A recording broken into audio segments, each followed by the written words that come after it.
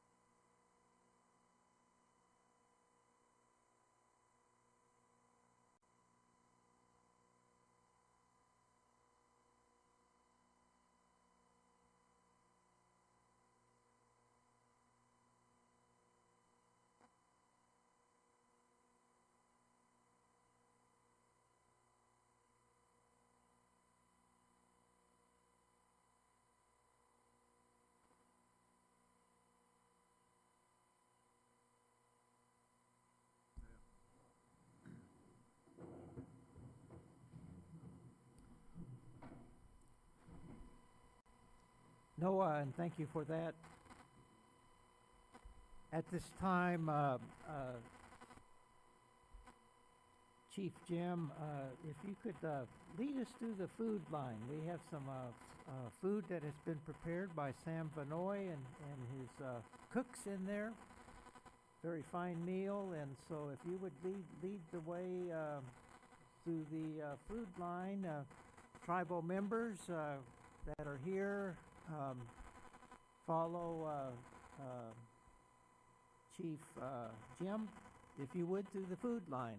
Staff, you guys get in line as well, and then we'll follow with our chiefs and then the business council. Okay, chiefs are going to go last, they say, so we'll have to, we'll do it that way. Jim, you prayed, so go ahead. So Auntie, go ahead and get in line here. Gary, Tweety, get in line. Chris,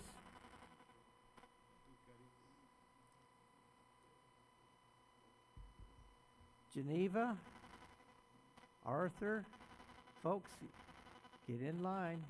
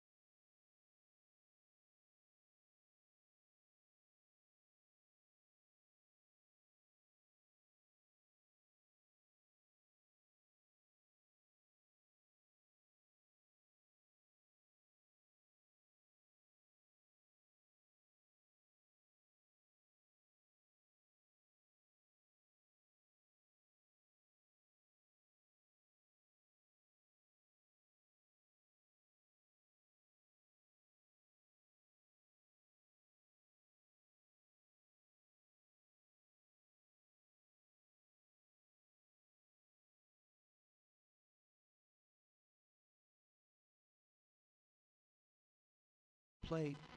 Better get a plate. Linda. Oh, is that all? Wow.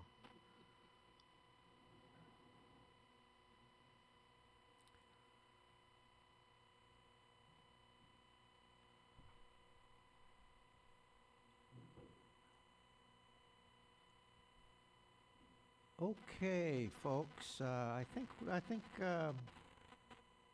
Linda's getting her plate, and so therefore, I think we're ready to begin with our meeting. And the first item up is the roll call, and if I could ask Secretary Gardapi to give the roll call for the Business Council, and then we'll ask chiefs to do the same thing as soon as we're done here. So if you would call the roll, please, sir. Walter Eckelhawk, Tita Coop. Jordan Canuho. Here. George Gardapi here. Carol Chapman. Here. Cynthia Butler. Here. Donna Hare. Titaku. Gene Evans. Here. Sammy Kimball. Here. Thank you, Council. We have a quorum with all hands on deck.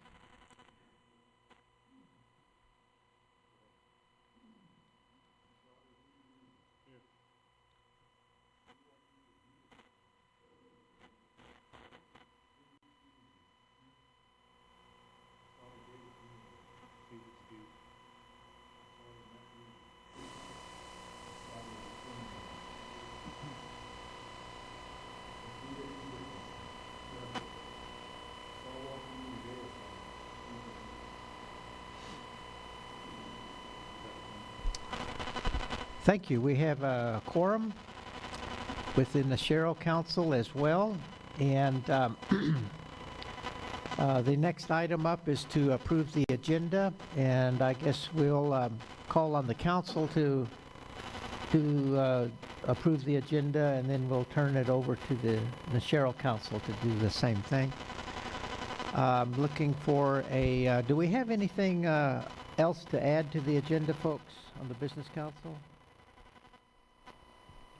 No. Being removed. Is that not true? G3. Approval of resolution 2328 for the Millhouse LLC. I thought we decided to remove that. We're not going to put. We were going to amend the agenda to add it, but we're not going to amend the agenda now. Okay, so just. So yeah, strike Okay. that. Thank you. But I'll make a motion to approve our agenda as set. I'll second. Thank you. We have a motion to approve and a second. Any further discussion? Hearing none, call for the vote, please, sir. Jordan Canuho. Yes. George Gardapi, yes. Carol Chapman. Yes. Cynthia Butler. Yes. Donna Hare. hope. Gene Evans. Yes. Sammy Kimball. Yes.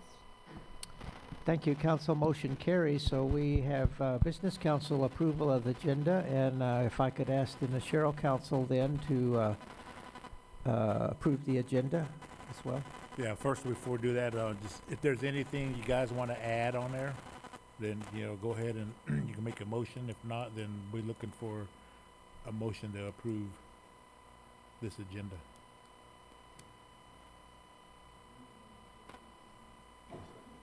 Motion's been made and seconded. Any other comments, questions, concerns? If not, go ahead and take the vote.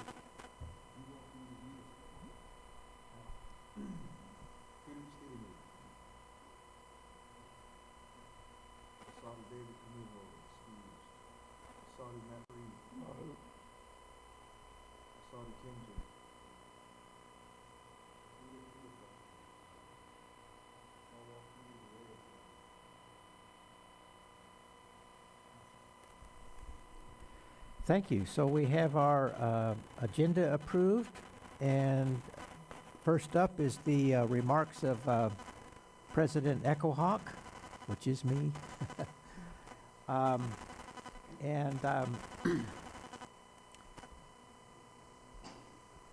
wanted to let everybody know that my term in office as president of the Pawnee Business Council ends on Saturday, when the incoming President-elect Misty Nuttall will be sworn into office.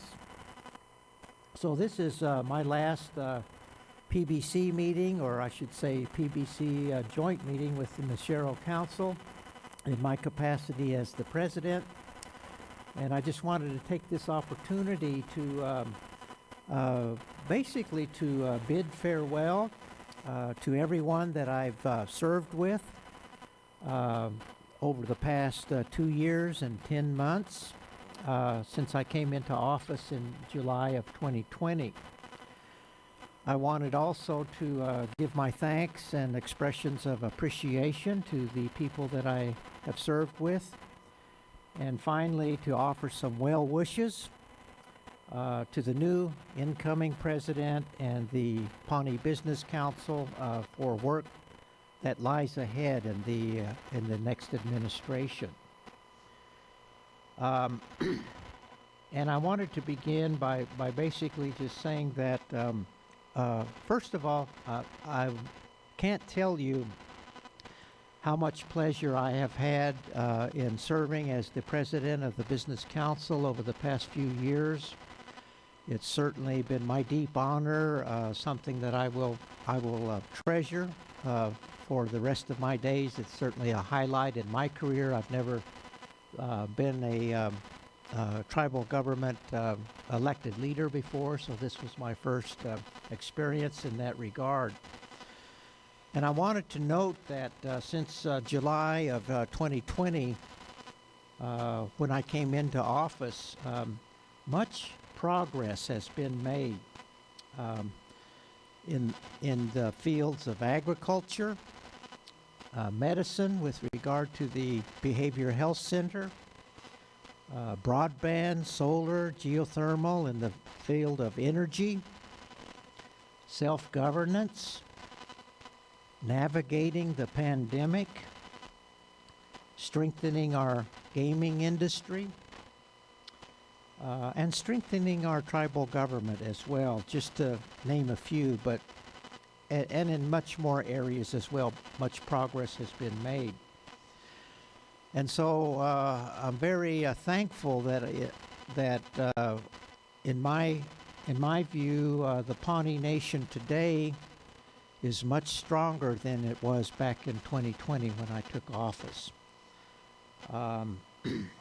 You know, at that time, our nation was facing a very troubled time. Our business council was deeply divided by political infighting and pretty much ground to gridlock. And we were facing a very dangerous pandemic at that time because there was no vaccinations. This was before the vaccinations, and many of our families were starting to experience death, you know, due to this COVID. And so it was a pretty troubling time. Also, you know, with the downturn in the economy. But I think with a lot of help, with a lot of people, we survived, and I think came out of this episode in our history of our tribe as a much stronger nation. And I wanted to just say that the progress that was made and the accomplishments that were done through teamwork and good chemistry. And if the next administration can retain teamwork and good chemistry, a great future lies ahead for the Pawnee Nation in the near future. We're poised to make some very big steps, you know, by the next administration. And at this time, I just want to give thanks and my own appreciation first to the Pawnee Nation employees. Our employees were really our true heroes during this pandemic. They came to work at a very dangerous time, and scarcely a week went by without somebody going into quarantine or catching the COVID. And so, but they soldiered through that difficult time, you know, and in my eyes, our employees are all heroes during this pandemic.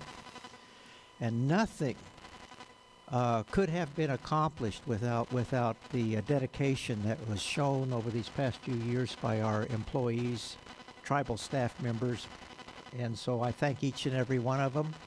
It's been my honor to work alongside of them.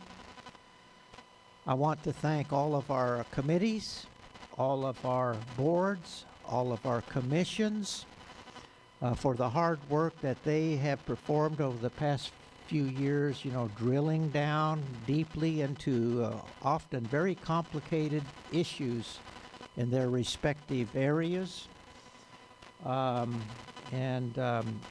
Just to say that, in my view, the committees, commissions, and boards are a very integral and vital part of our form of government, and that the Business Council has benefited from the recommendations made by them on matters that come before the Business Council.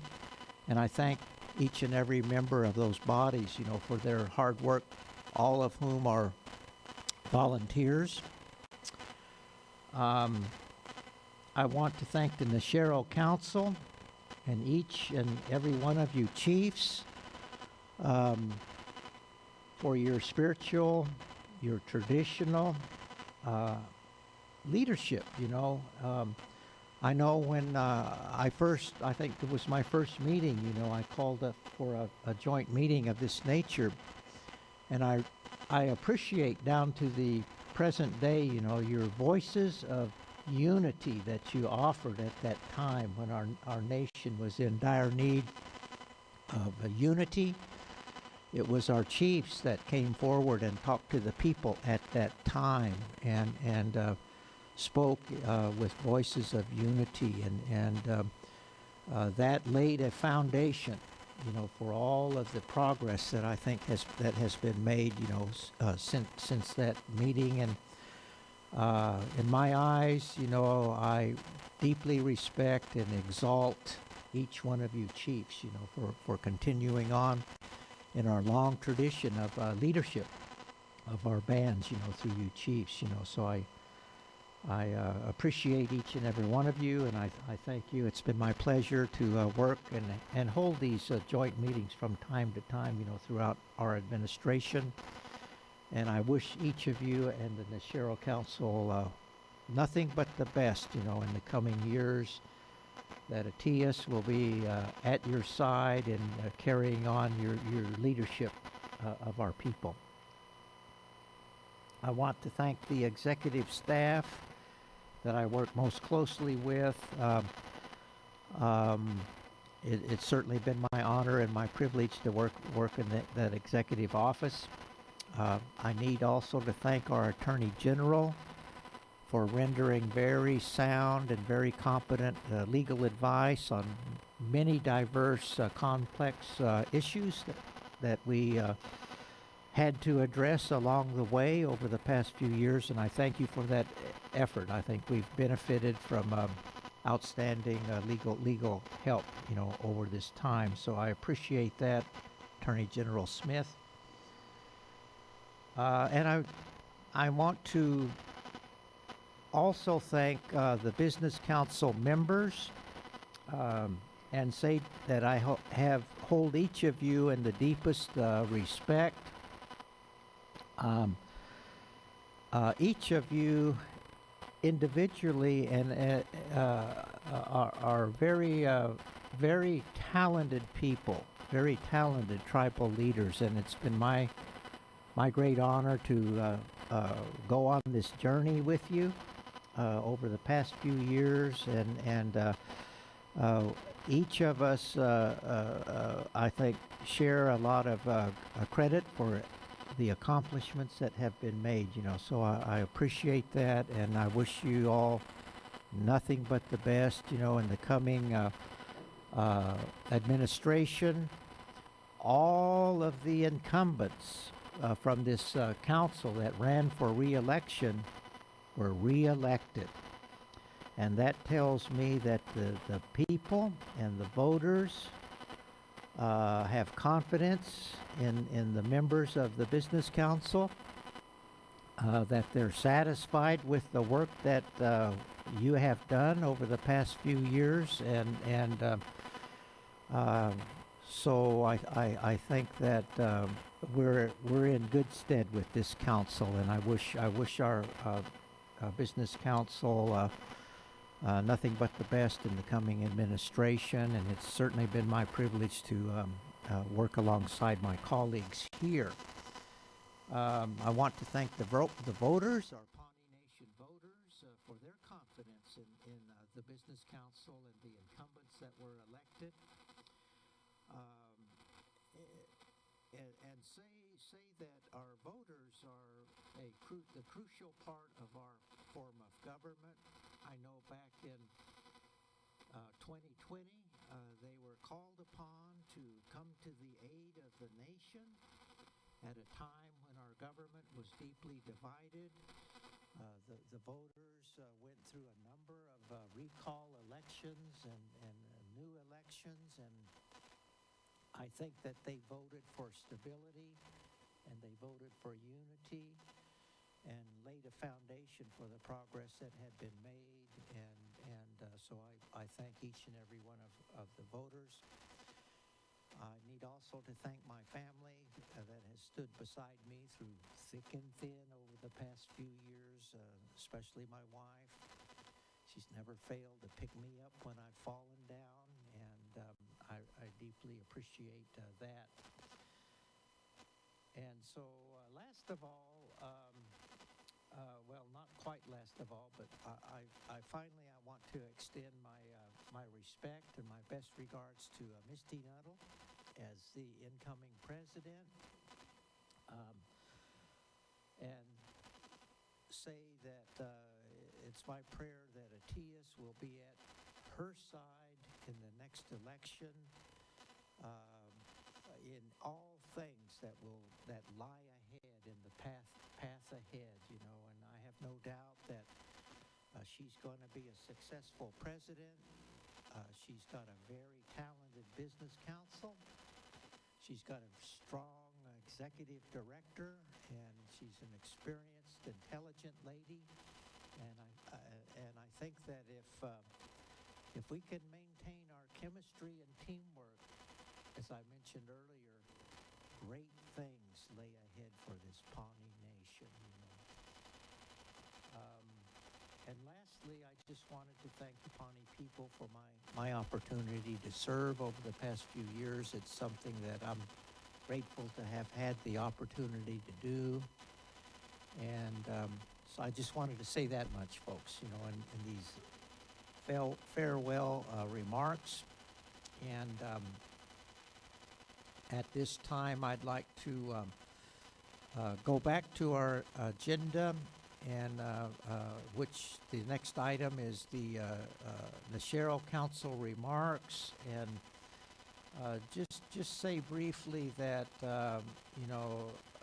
as I mentioned, I hold this Nashero Council in deep regard, high regard, and feel like I am indebted to you gentlemen for your voices of unity that you offered at a time back in 2020 when we sure needed it. And as I began my administration with a joint meeting, I wanted to end it on the same way, and so that was my thought in approaching our head chief here about holding this joint meeting today. So with that, Chief Leading Fox, I'll turn the floor over to you for the remarks, and I hope that each and every one of our chiefs will get a chance to address the people.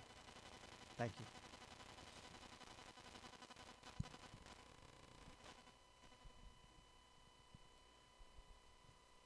Thank you, Mr. President. Guys, everybody hear me all right? I don't even think I need this mic. Appreciate your words.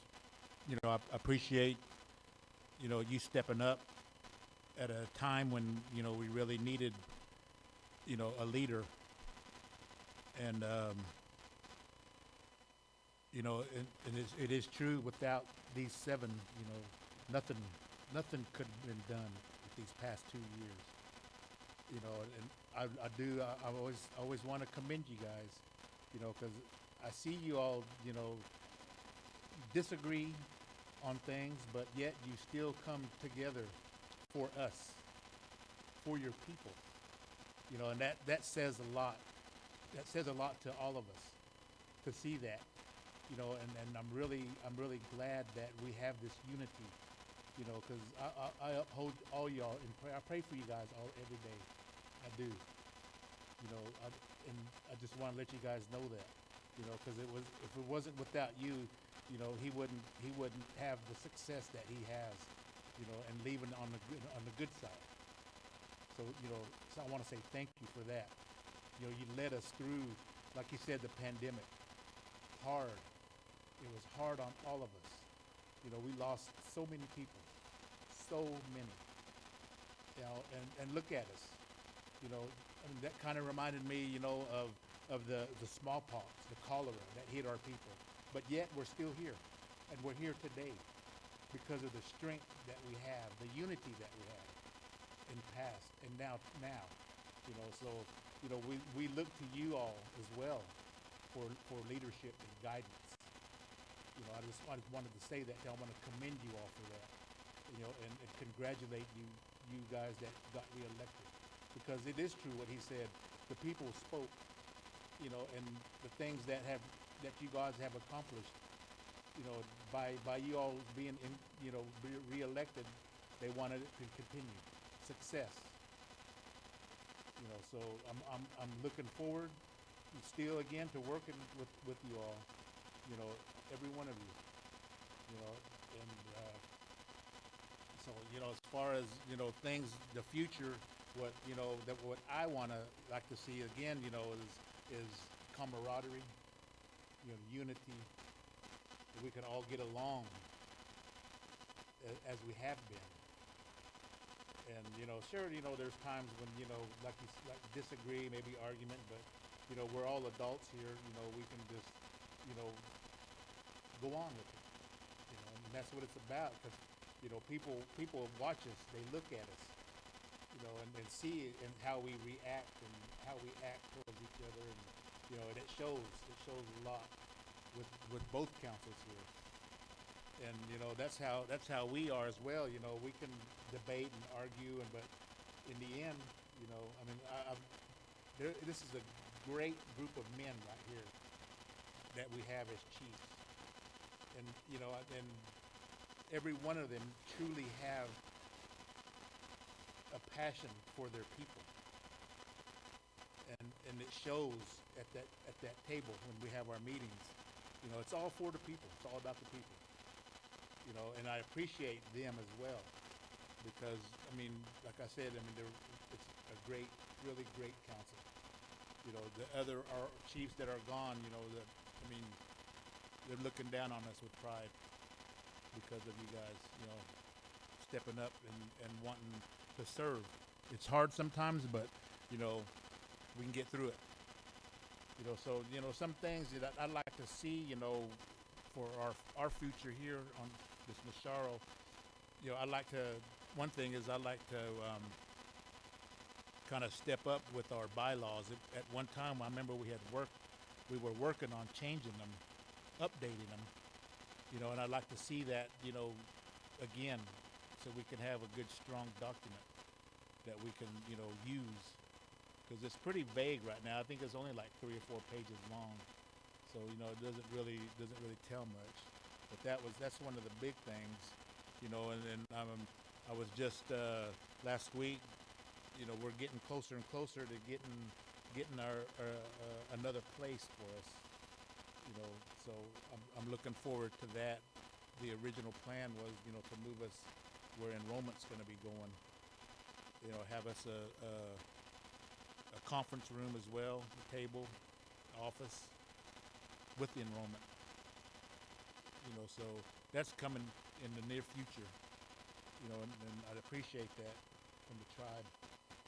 And that's pretty much. That's what I want to say right now. Thank you.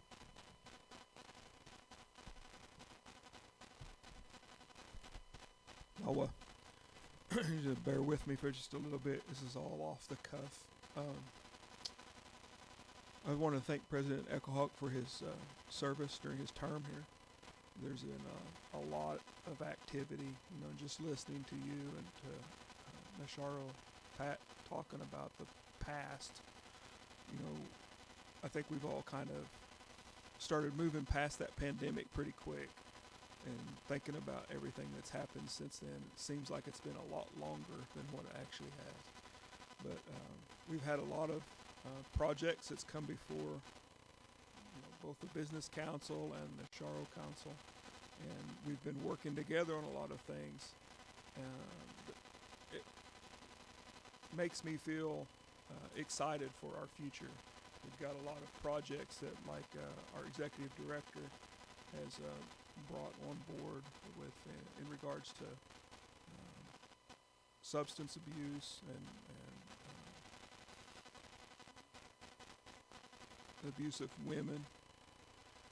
So, I think we're really flexing our sovereignty in a way in trying to take control over issues like that instead of waiting for somebody else to do it for us. Our biggest probably task that we've been working on, it seems like, has been this Constitution, and we're not done with it yet.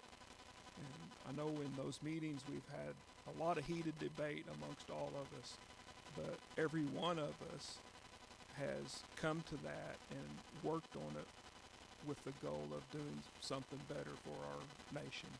And I think that's something that eventually we're all going to come up with something that's good. So I'm looking forward to continuing working on that.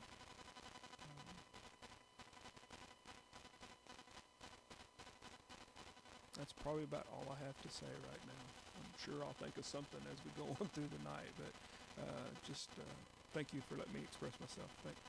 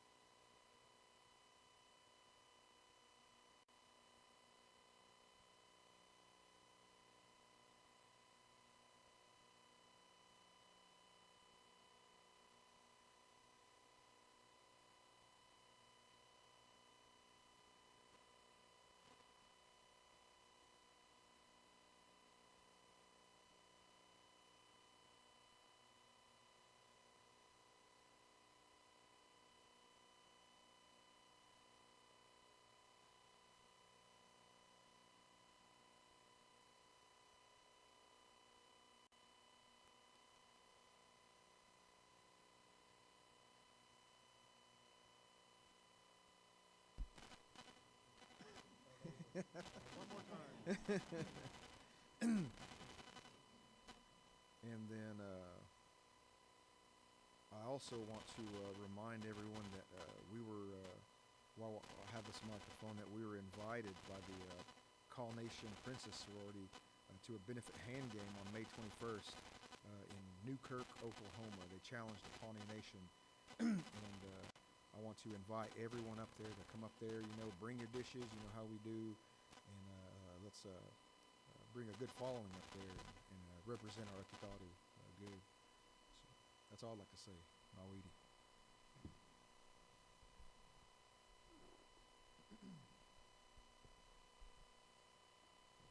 Noah.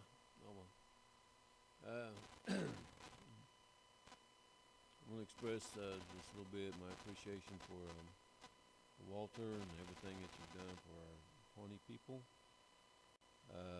You actually started working within the Charles Council before you became president, and I personally was really excited about the things that you spoke about, and you planted seeds within our minds, and you've done a lot of things and said some things to us, that kind of that brought forth that cohesion, that you were talking about. And through this election, you came through, and you didn't have a full term. You had to hit the ground running. And the time of turmoil, and for me anyway, just seeing what was going on, you served, your leadership served as a beacon for a time of darkness. Those storms were rolling at that time, and your professionalism, your leadership, your experience, everything you brought to the table kind of helped quell that down, because there was a sense of confidence, there was a sense of pride, there was a sense of cohesion and togetherness, unity, that everybody wanted to get on board with everything that you presented to us. We were all excited, and the Charles Council was excited. Akitadu very excited about having somebody in your capacity and the things that you've done in your life, and bringing it to the nation. It was exciting for all of us. And I know you didn't accomplish everything that you intended to accomplish, but I feel like that the things that you did accomplish are going to be long-lasting. And I think your unity and the things that you talked about are going to continue, because you put some things into motion that are positive and that are long-lasting. And you're going to leave a void that it's not going to be easily filled. And I just want to say thank you, for what you've done and whatever you endeavor to do.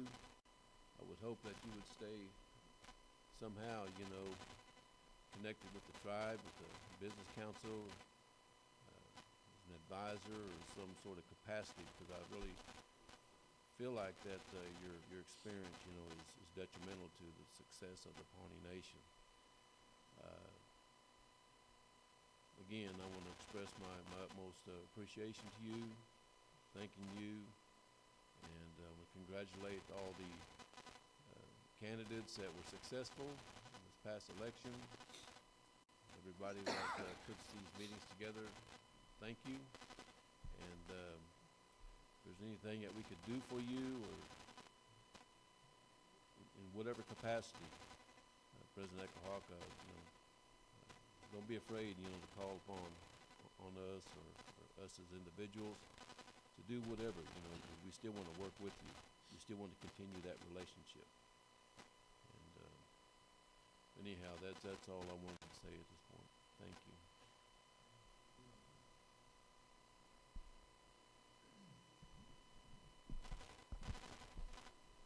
Testing. Say, relatives, I thought this was a night of roasting the president. What's up with this? Say good evening to each of you. I'm glad to be here. President Ekahawk,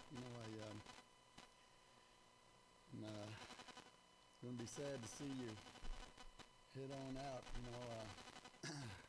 But I know that this position takes a lot of time. You know, it could be a 24/7 job, and I know there's you're missing out. The family misses you, and there's a lot of things that you all could be enjoying, out and about.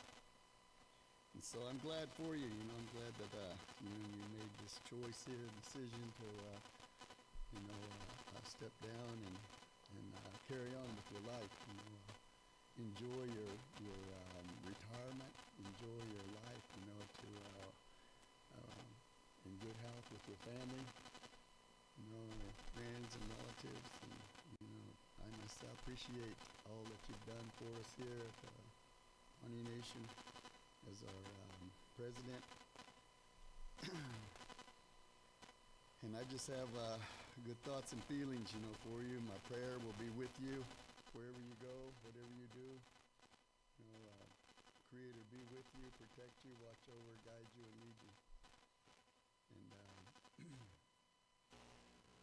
we're going to do the best that we can to carry on the way, and know that we have your support and have your prayer behind us as well. So just glad in one way and sad in another, all in one. So, but nevertheless, you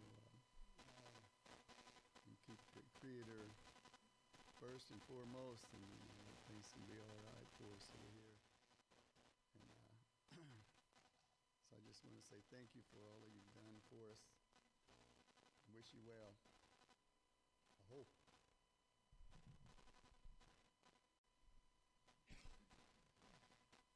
Noah, everyone, all those viewers that are tuned in watching.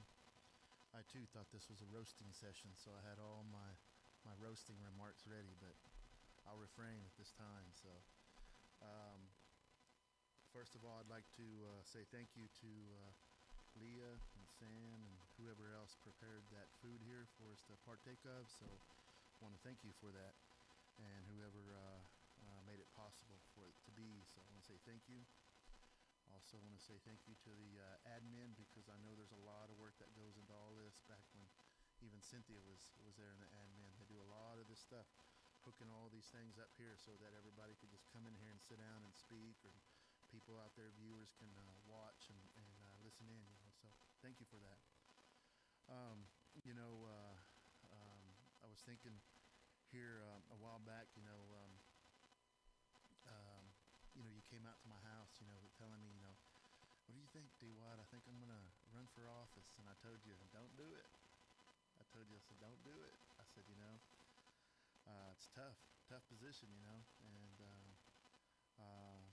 you did it anyway. And then so I think you got to find out, a little bit about, what I was talking about. And some of the stuff I talked about wasn't some of my experiences, but some of the things that my grandpa talked about, And so in the end, to me, it really doesn't matter what people think. The thing is that you stepped up and did it, regardless, whatever went on during your term, which everyone knows was a difficult time. You navigated through that.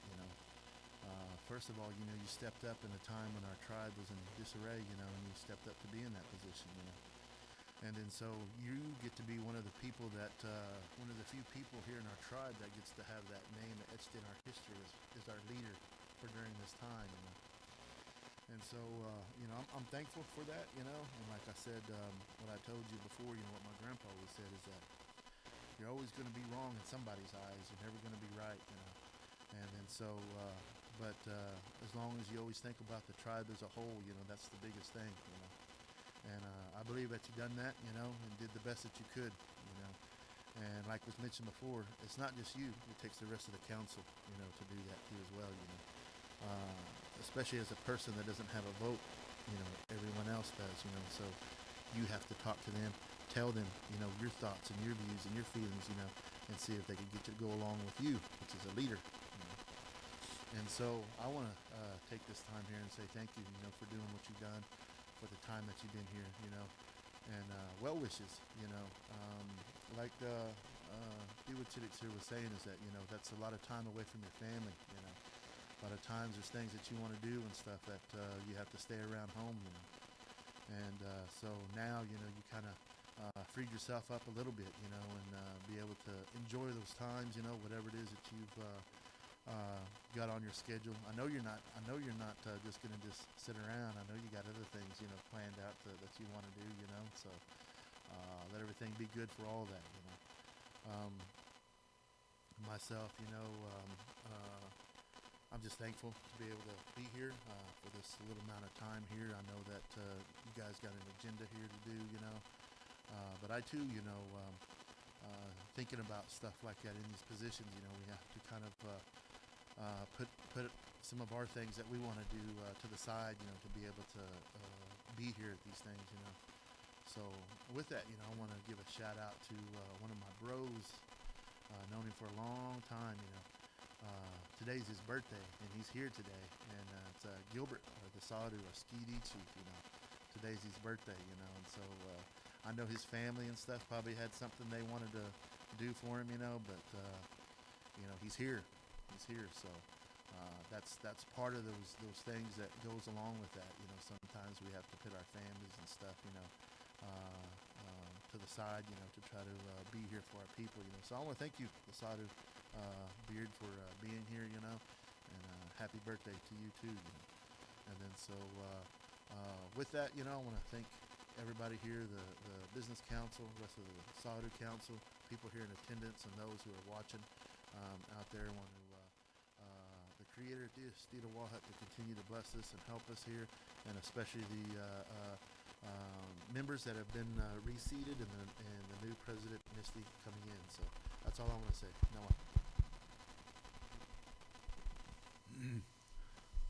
Noah Kitaro, and Noah, President Echohawk, and all the words that's been said, I can't top what they've said. There's been a lot of good expressions here, but I appreciate you running and taking the time to serve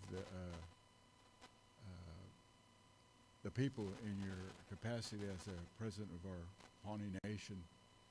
And then you approached nephew here, telling him, should you do that and this and that, and you did. And then in help that you were elected by the people at a troubled time. So I don't want to duplicate what everybody else said, but that was a troubled time, and you brought stability to our nation here. And I want to tell you thank you for that from the bottom of my heart. And I also want to tell you, say thank you to Pauline for supporting you all the way. A real first woman type is to stand behind the scenes and support you that way. So God bless her, in all the things that she does. I just don't want to say too much other than you don't have any undisclosed documents, top secret documents that you're going to take to Echohawk Mar-Lago down there, are you? Don't want to have David come out there and raid your house. So that's the only roasting I'll say to you. So with that, Akitaro, thank you for the time and the privilege and everything that's been taking place here. So I'll just stop here. Thank you.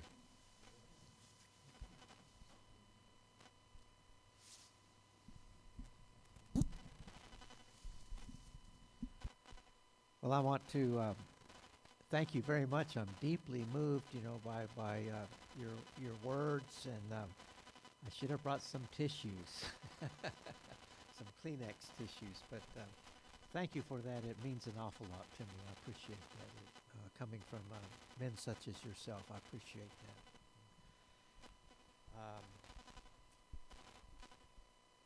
So with that, I believe that that could conclude this agenda item, the Nashero Council remarks. And again, I wish the Nashero Council the very best in the coming years, and I appreciate your traditional leadership that each of you gentlemen have provided, and it means a lot. It means a lot to our nation and to our rest of our government as well. So thank you. Thank you for that.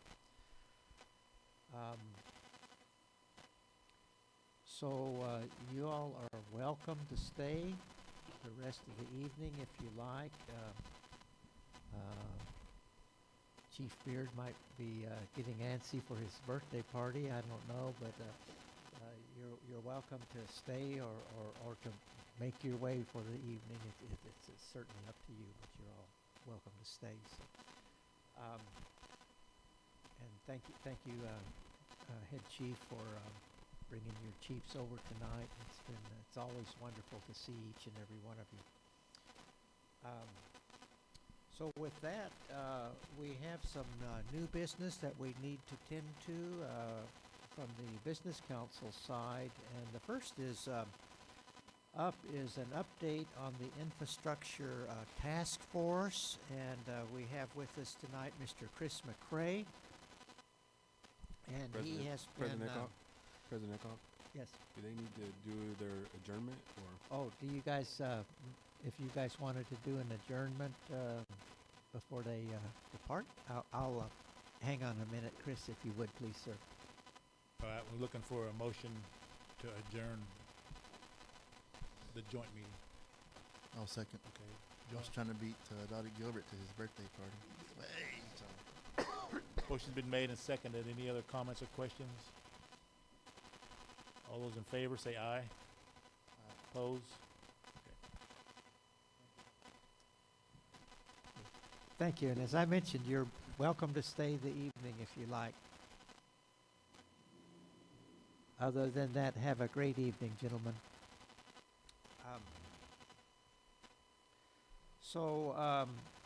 Mr. McCrae is with us tonight to present on the update on the infrastructure task force. We all know Chris. He's one of the superstars here at the Pawnee Nation from our transportation department within the DNRC. And he's been asked to sort of head up this infrastructure task force, which is one of the big initiatives that the Pawnee Nation is embarking upon this year in 2023. We put in a lot of work in 2022 developing a strategic infrastructure plan that's very ambitious, that intends to go out and secure funding to build infrastructure for the Pawnee Nation and our entire next generation or two. So this is a very big ticket item. It's a government-wide effort, and it's being led by Mr. Chris McCrae, as well as working very closely with Amy Wilson, our very, very excellent consultant that has helped us put together this infrastructure plan and is working on our land use plan currently. And so I view this as an extremely important initiative by the Pawnee Nation that will last for surely generations to come. So with that, Chris, I'd like to turn the floor over to you and also to welcome you, and floor is yours, sir. All right. Thank you, President Eckhoff. Thank you, Business Council and the Charlotte Council. As President Eckhoff mentioned, I'm taking the lead on the task force. So the task force has been working on implementing the Pawnee Nation strategic plan that you guys put into place as President Eckhoff last year. I believe all of you have this update, but I'll hit some highlights for you. Not in the plan, but part of infrastructure. We're working on the IHS drive-through garage, courthouse renovations, and BIA roof renovations.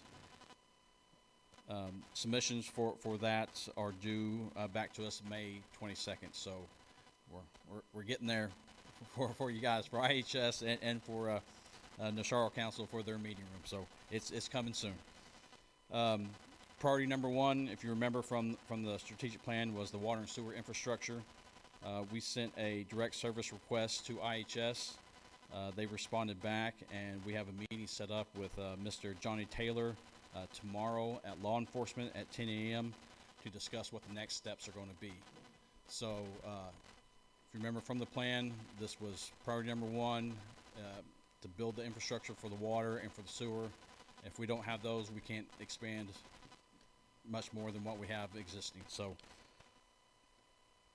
Amy Wilson will be here to help facilitate with that meeting and help us with those next steps to what we need to do. Under transportation, I've had meetings with Pawnee County Commissioner Jerry Schedule and on their 5-year plan, what bridges they would like to see done. We are evaluating those bridges to what is on our inventory and what money they have allocated and what money that we will have to go towards those bridges. I have some future meetings set up with Pawnee County Commissioner District 1, as well as be following up with some meetings with Payne County Commissioner as well. And we are updating our long-range transportation plan and the TIP to include those bridges once we get that collection together. Energy, as you all know, we have a lot of projects within energy.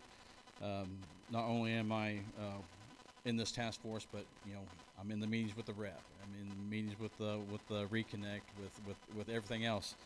But in those meetings with the rep and energy and task force, we've had discussions on bringing energy options to the council. And when I say the energy options, I'm talking about energy providers, so electric providers, whether that's City Pawnee, IAC, GRD, or something like that.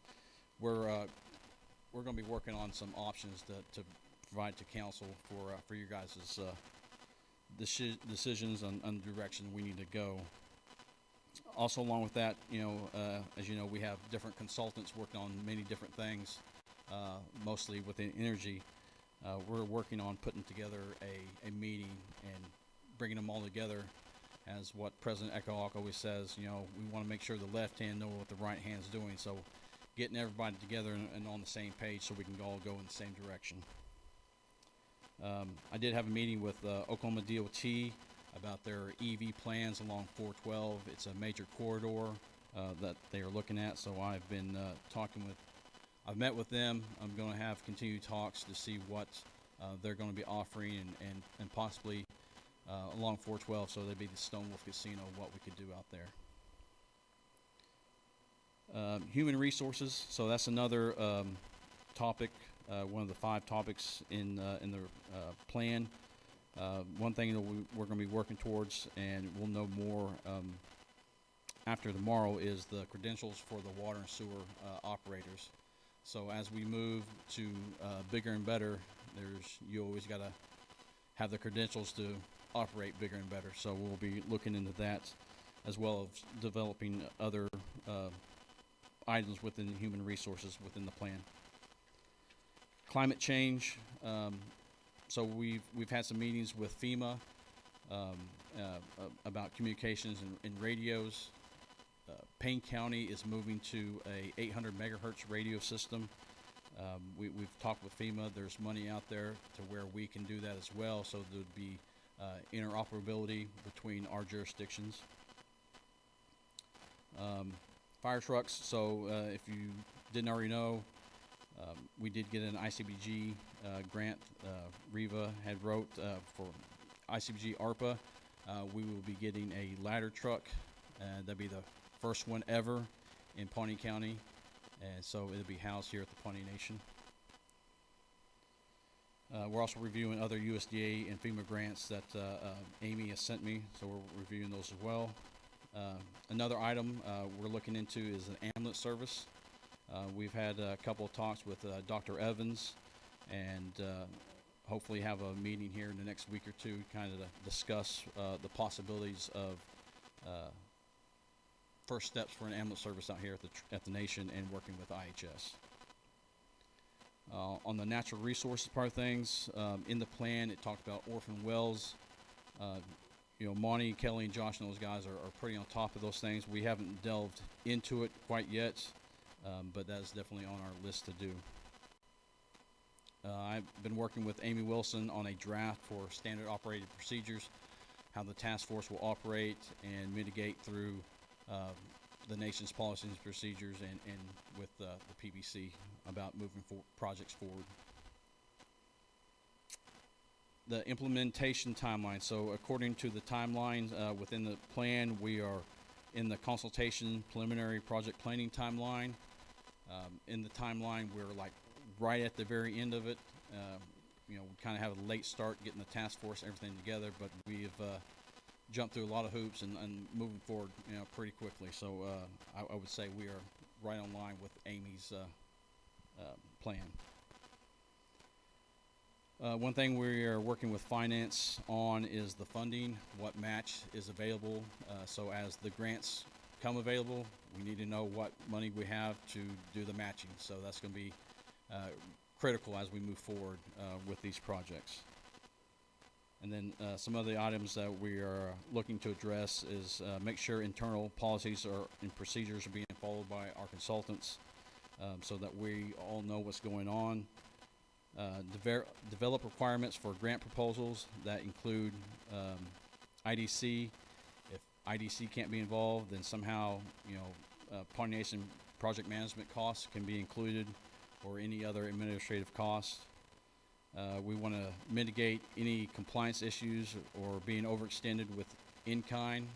As you all know, we have multiple grants out there. We have multiple pending. We don't want to get overextended on what in-kind we're putting towards those services. And, and lastly, not be overwhelmed with too many grants and projects that are overwhelming staff. We need to try to keep a handle on what's going on now currently, what's pending, and what our future plans are. So, but that's an update for you guys, to let you know we are moving forward, we are utilizing the plan, and trying to put it into place. Thank you for that, Chris.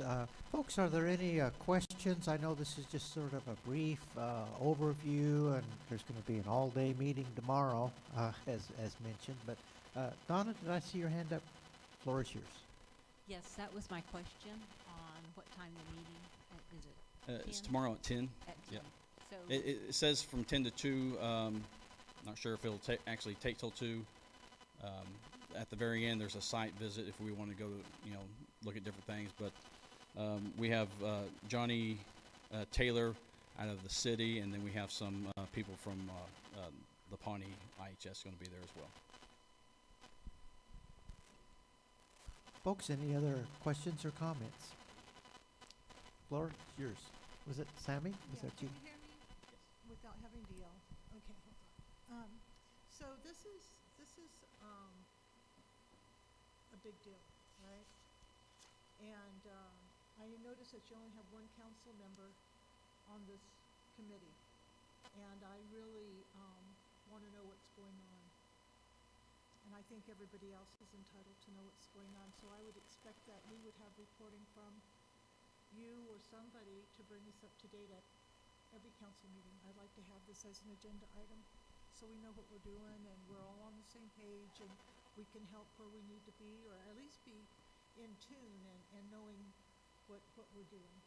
That's one of our biggest jobs too, is to drive change and make you all successful. And the only way you can be successful is if we're successful as well, and we can all be on the same page and in the groove. So I'd appreciate it if we could have that. And I know that this takes time out of your family life and such, and so you can always punt to somebody, if you like. But I would like to hear about this as we go forward. Oh, absolutely. And any minutes or whatever, or if you want to be invited to the meetings, that's no problem. I can make sure those invites get to you guys. That would be appreciated. I thank you for that. Yep. Yeah, a lot of work, and I think it's all good.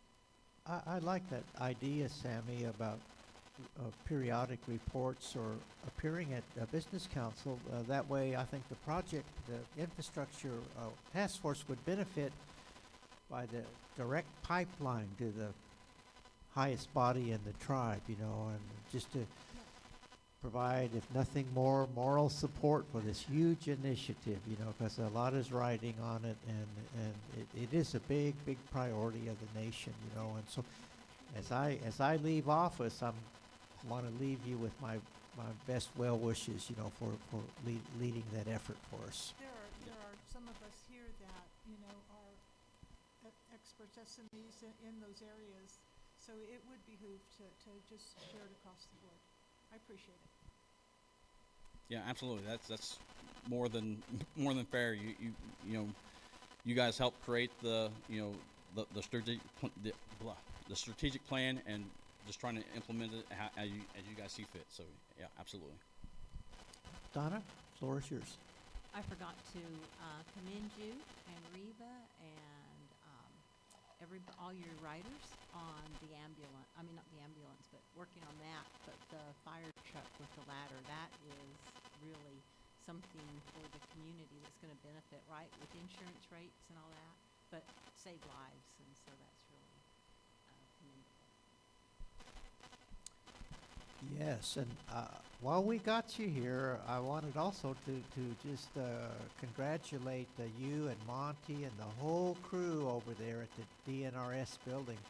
That's a fabulous new building that you guys built. It's a seamless structure, and I have office envy because they got big offices there, state-of-the-art offices, you know, and I have office envy, but that's a wonderful building, and the whole nation is proud of it. Thank you, Council. Okay, with that, I guess we're ready to move on here then. Thank you, Chris. Appreciate you coming and spending some time with us. Have a good evening. Next up is the Budget Committee recommendations. I see we have a number of them. And the first is approval of 629 Boulder Council House rental agreement. And who is going to present on that, please? Secretary Guard? Oh, Carol. Okay, yes. I'll go ahead. Thank you. Floor is yours. Is it on? Okay.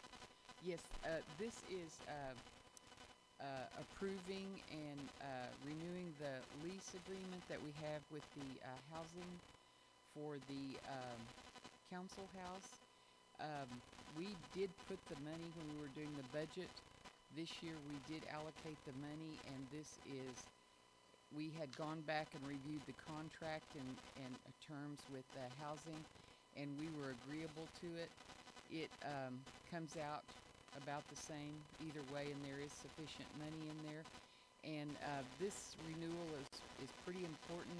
Chris just now talked about all these issues, these big programs that we're doing that are just leapfrogging us into another level. And we have a lot of consultants that we work with that have been helping us reach this point, and our consultants stay there. Amy Wilson stays there to help with the infrastructure. She'll be coming back working with us closely. We also have Tribuquint, our other consultant, who works very closely with Vice President Canuho for our broadband initiative and our energy initiatives.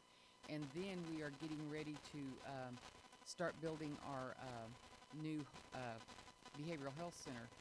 And Ascension is our other group of consultants who are helping us on that. So we're going to have a real need for it this year. So the amount that it came to is $15,692, and this is to cover the rent payment for 12 months and the utilities. And it's a real good agreement. They agree to clean it and take care of it and fix it up. It's getting new siding. It's got new windows. And I recommend that we go ahead and approve this. The Budget Committee went over it, so. Sammy? Yeah, oh, does anybody have any questions? No, I was just going to make a motion to Oh, approve good. it. That's it. Thank you. Is there a second, folks? Thank you for the second, Councilwoman Butler. We have a motion and a second on the floor. Any further discussion, folks? If not, call for the vote, please, sir. Jordan Canuto. George Gardner, yes. Carol Chapman. Yes. Cynthia Butler. Yes. Donna Hare. Aho. Gene Evans. Yes. Sammy Kimball. Yes. Thank you, council. Motion carries. I just wanted to add that really there's no question in my mind that we really need that council house. It's just been in almost continuous use, and we had a big need for it. We didn't even know we had a need for it, but man, it's really served a lot of purposes, you know. So I'm glad that you guys are doing that. Okay, so with that, the next item is see, I lost my.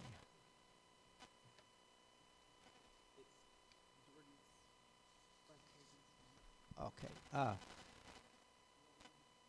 Yes, approval of 3501 Rural Energy Pilot Project Budget. And who's going to present on that?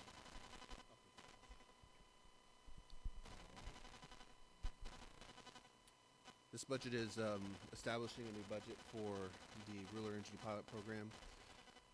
This is a program funded through USDA. It does have a match, cash match and in-kind match.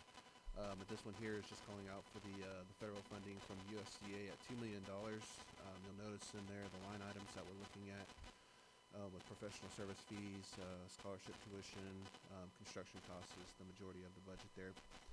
And so this has gone through budget committee with approval, so it's for council to ask questions, discuss, and hopefully approve tonight.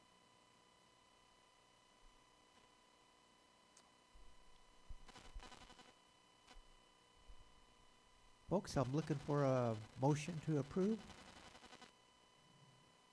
Thank you for that, Councilwoman Butler. Is there a second? I second. Thank you. We have a motion and a second on the floor. Any further discussion? Call for the vote, please, sir. Jordan Canuto. George Gardner, yes. Carol Chapman. Yes. Cynthia Butler. Yes. Donna Hare. Aho. Gene Evans. Yes. Sammy Kimball. Yes.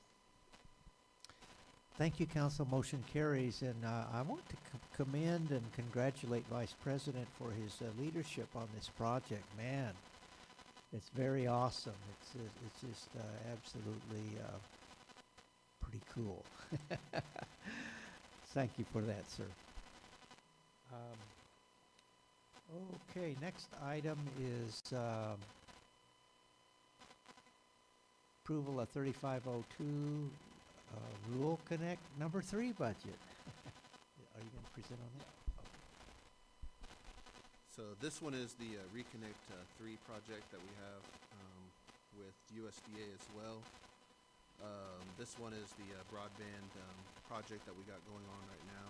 Both of this project and the last one that we just approved, this also too, I just want to say, was a lot of hard work with TribuQuint. Both Lyle and Alex took a lot of time to work with our planning department and was able to get these two projects secured for Pawnee Nation. And they definitely do a lot of work with the Pawnee Nation and a lot of work among themselves to get these grants. And so very appreciative to their work that they do. This project here for Reconnect 3, this is the round 3 funding through USDA. This is 100% grant funding, so no match required. This is for a total of $24,996,065. As you'll notice there's capital equipment, there's contract services, capital outlay, and then contract support. A lot of it does go to the construction capacity of it as well, but you'll notice that there's also last mile equipment that's going to be also executed as well as we go through the project. The goal for this, just for the Pawnee Nation's understanding on this, is that we are going to eventually develop this into our own providing service of internet, and so we hope that this will definitely, and we foresee this as definitely being a way of generating additional revenue to the tribe. And so this is going to be something that we're really going to be excited about once everything's up and running. And currently this round 3 is offered for those outside of the city of Pawnee in the rural capacity there within our jurisdiction, and also over in Otoe, Missouri's jurisdiction as well. And so we are going to be we have already been working on this, but we're still working through the final pre-award documents, and we're getting that wrapped up with USDA as we speak. So everything's moving forward on that. So this went through budget committee, and we're just looking forward to approval on this evening.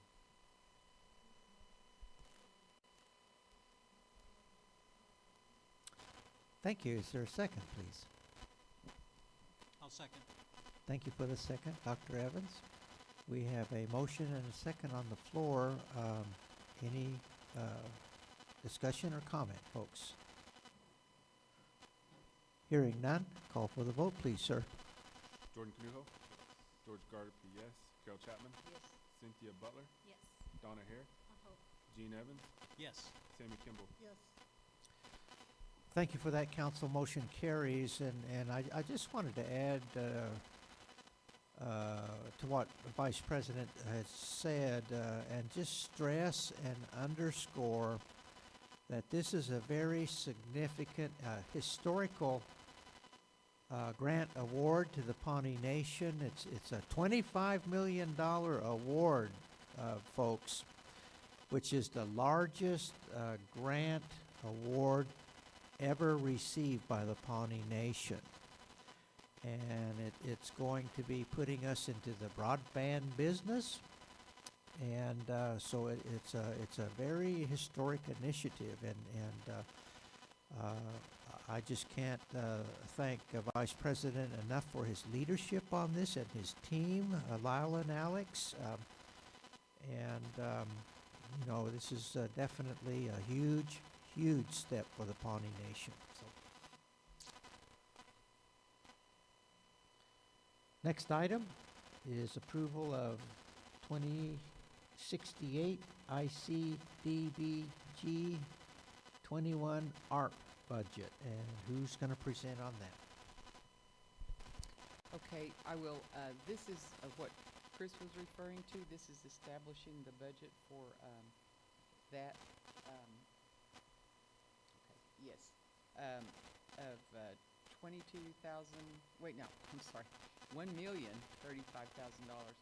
And I would like for Chris explained a lot about it, and there was a lot said about it. But I'd like for Jennifer to explain how every member in the county is going to benefit from this. Yes, so any emergency vehicle that has a ladder allows a discount in our property and casualty insurance. So for the nation, as well as every household and every business in every county we serve. So it's a huge wave that just crosses across many different populations. So it's a really good discount to not just Pawnees and for the Pawnee Nation, but for the city of Pawnee, the county of Pawnee, and Payne County, and all of the citizens living in those cities and counties. Thank you. That's great. That's big. So we're just being real good neighbors. Making it cheap for everybody. No. I do.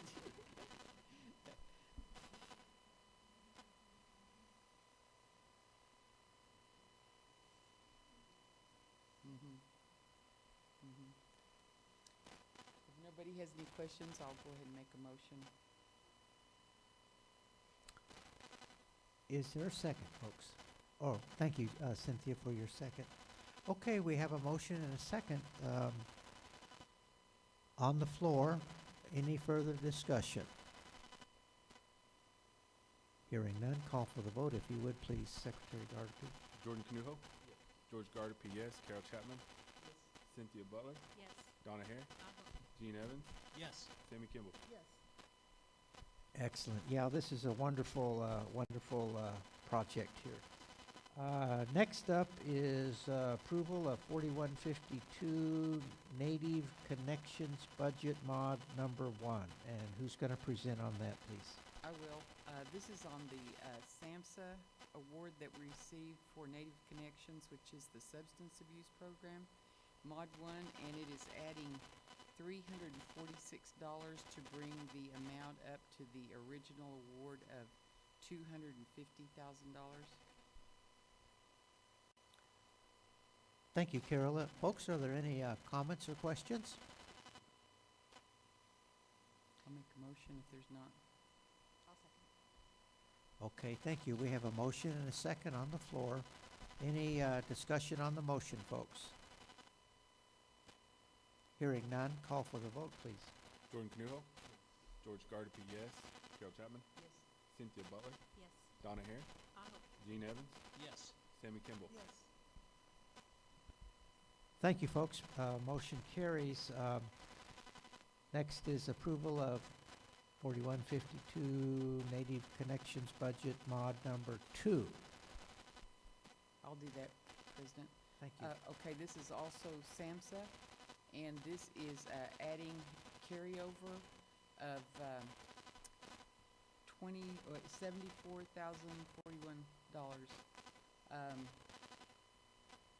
It is carryover from 2022, adding it in, bringing the total up to $324,041. So it's the adding carryover. Thank you for that. Folks, any questions of Carol? If not, I'll make a motion. I'll second.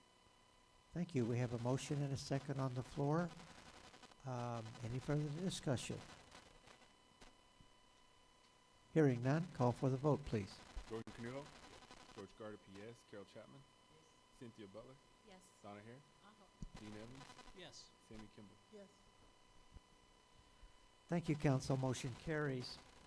And finally, we have approval of 1006-850 Princess Budget Mod number 6. And who's going to present on that? I'll be presenting on that. This is funding that we raised from the Princess Dance that was held in April. We raised $586. So we're putting a majority of that in supplies, but we did have a concession stand that raised $136 of that money. And so we're putting that in community events. That community events line item is going to be for the expo director. That's how we're going to keep track of the funding that we raise for that position. So that's where we're putting this funding. We're putting it in community events, 136, and then we're putting the rest, 450, into the supplies line item. Thank you for that. Is there any discussion or questions of Cynthia, folks?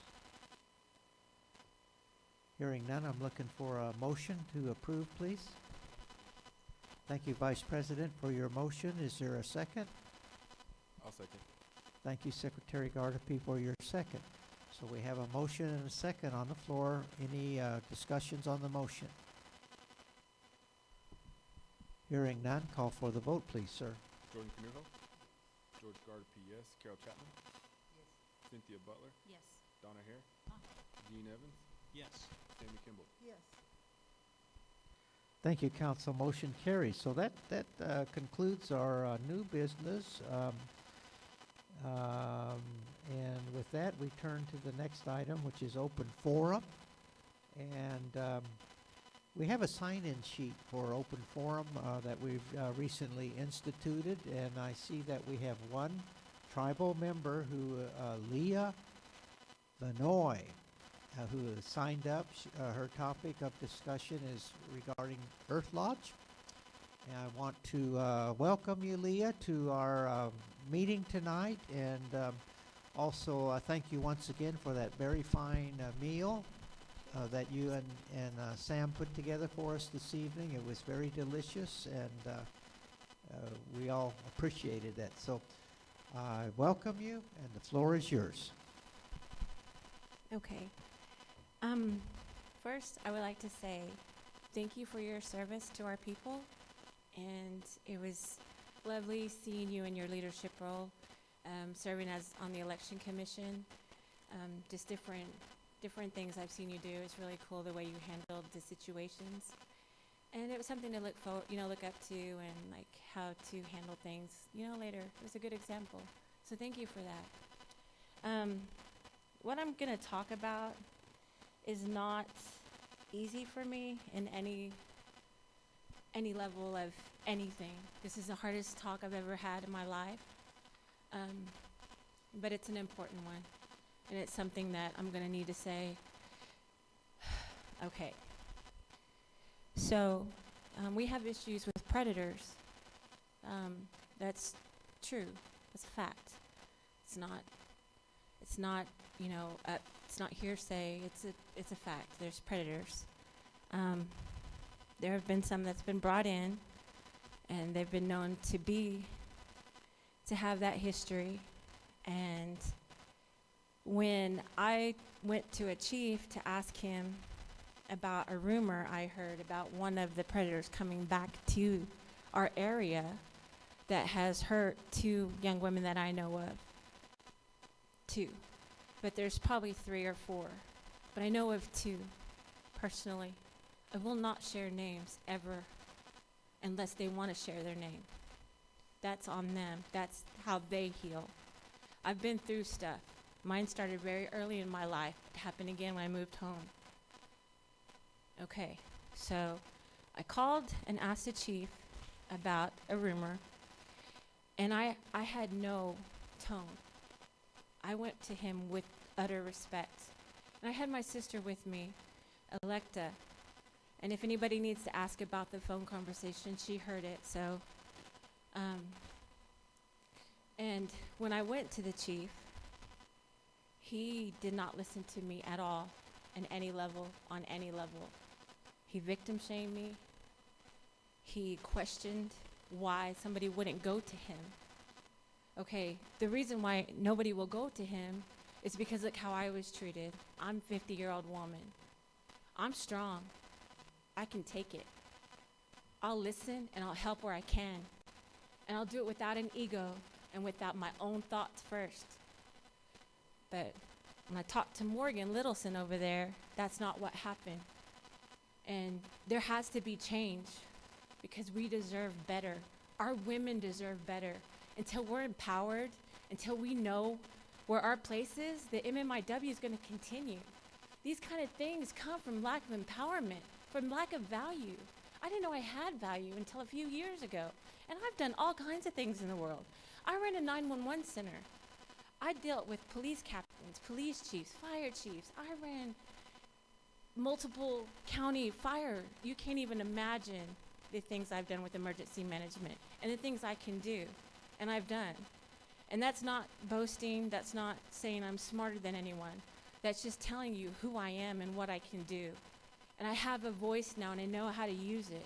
And I'm done with letting our young girls getting hurt and it being okay because you don't see the value other than what you can take from me or from us. We're more than that.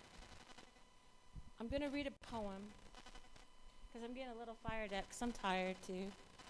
And this is new for me to stand up. But this is a poem I wrote about the phone conversation I had with Morgan Littleson. It's called Standing Up. I'm strong. I said my piece. I carried on. I didn't mix words or add hate. I only let the facts be known. I didn't stand on a soapbox. I tried to let him see that our pain doesn't have to be. We deserve good ways. I hope he knows the respect was there, but you get what you give when people see who you choose to be. I don't hold anyone to my ethics, but I do make them accountable for the pain they choose to share. We deserve better. We deserve good ways. We have value. We don't need to be seen. We only need to be free. Free of those that would hurt us. We need our protection our way. What that is, I'm not sure, but I'm looking forward to helping find the way. We all deserve good ways, and we do. We deserve more. The thing with deserving, though, is you have to work for it, too. And the thing that did come out of the situation with Morgan that was very good to me is I did not stop communicating. I went to Morgan. He told me Jasper Youngberg was going to be there, and there was nothing I could do about it, basically. And he said his mom and sisters would be there, too. And they were strong women, and if I had a problem, I could go to his house and talk to them. And it was a threat more than anything. After I talked to him, I contacted Denise Miller. I asked her, because he told me that to ask for the meeting. And I know Denise, and I love Denise. So I called and asked her if this is true. Is this what we're doing? Because the Earth Lodge was, the women's group was supposed to decide. Not one woman, but the women's group. Is that what I thought was what we're doing with the Earth Lodge?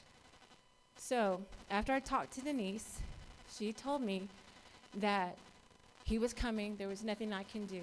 That's just the way it was. I said, okay.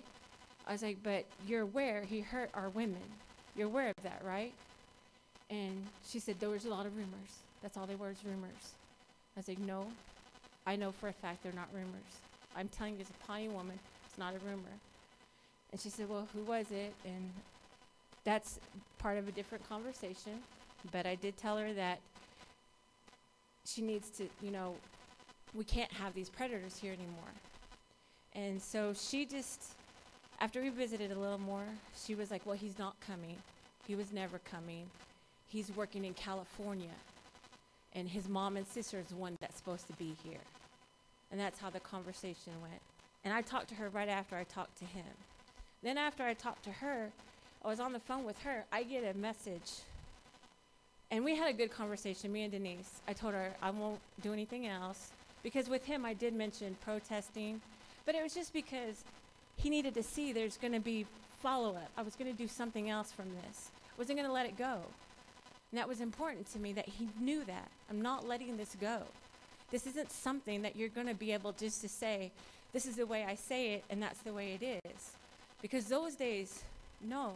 Nobody gets to say this is the way something is, and that's the way it is. That's not the way the world works.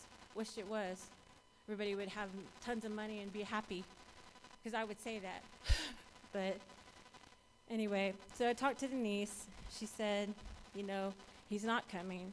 So I get a message from one of his family members questioning me, saying she heard disturbing things. And this wasn't even 15 minutes later, saying she heard disturbing things and that I was protesting prayer, and just totally spinned it, totally different than what happened on the phone with him. And it was a good conversation, though, because she knew my heart and was able to talk, or at least it seemed like it, because I just told her, that's not what it was about. And she said, well, okay. It's kind of bygones be bygones type thing, because she wasn't there. She didn't know, and she accepted that. And it was a good conversation because it was open. I mean, we didn't agree, but it was okay. That's fine. But those two conversations, though, with the women were great, because there was no egos. There was no issues. They listened to me. We had a good visit. It was over. It was fine. I don't know what we need to do, but I know we need to open the communications, and people need to be open to listening. Victim shaming is not okay, and that's what you did. Even if you don't know, that's what you did. When you asked me, have you been through it? Well, have you? Did you really want that answer? Because yes, I have. Quite a lot, actually. And no, I'm not proud of it. It's not something to be proud of. But it doesn't define me. Didn't break me. I'm still here and standing. And our girls are going to quit getting hurt. And I'm going to figure out a way to help with that process. And there's tons of us here that feel the same. So if you can't get behind that, you need to step down and move on. Because there's more than just your family or just your band. We're all a tribe. And I don't... Our young women, our young men deserve better, and they deserve more. And it starts from the leadership down. The way you lead is the way your people are going to be. And that's really, if you want to say anything, Morgan, you can. I'll answer any questions. We can do whatever. If you have a question about anything I've said, I have no issues with responding. And if anybody else has a question, but that's what I wanted to say.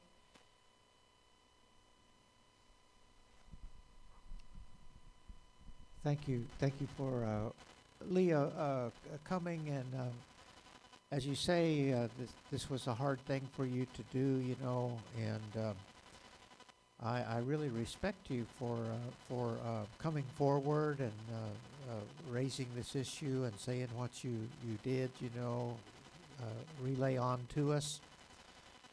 And I know that we do have trauma in our community, and that's a fact. And to address it, as you know, the government here has declared a war on trauma, and we are envisioning it's going to be a government-wide effort to address it, to talk about it, and I think a big part of it is entailing a learning process and a training process from the top down. That includes everybody on the business council as well, to learn about trauma, how to appropriately address it in a time-sensitive way, and to be able to understand it, as a community. And I think, as Jennifer said, it's a hard thing to talk about, and I think that every family has been affected in one way or another, by it, including my own. And so I know it takes a lot of courage and bravery on your part to come forward and address an issue of that nature. So I respect you for that. And I know my daddy, Morgan, I know him to be a good man, a person that I also highly regard, as well as yourself. So I don't know, Chief Littleson, if you've got any remarks that you have, you're certainly welcome to. But it's a learning process, and I think it's going to be a long time process as well. But we want to root out the root causes of trauma in our community, and I think it starts with education. It starts with dialogue. It starts with respecting one another and our different opinions that we have and the experiences we've had, to share those experiences and try to understand them and act on them, because this is a new day. It's a new day, where these issues are coming to the fore. It used to be they were never talked about, and so if there's anything that we could do, or if you have recommendations,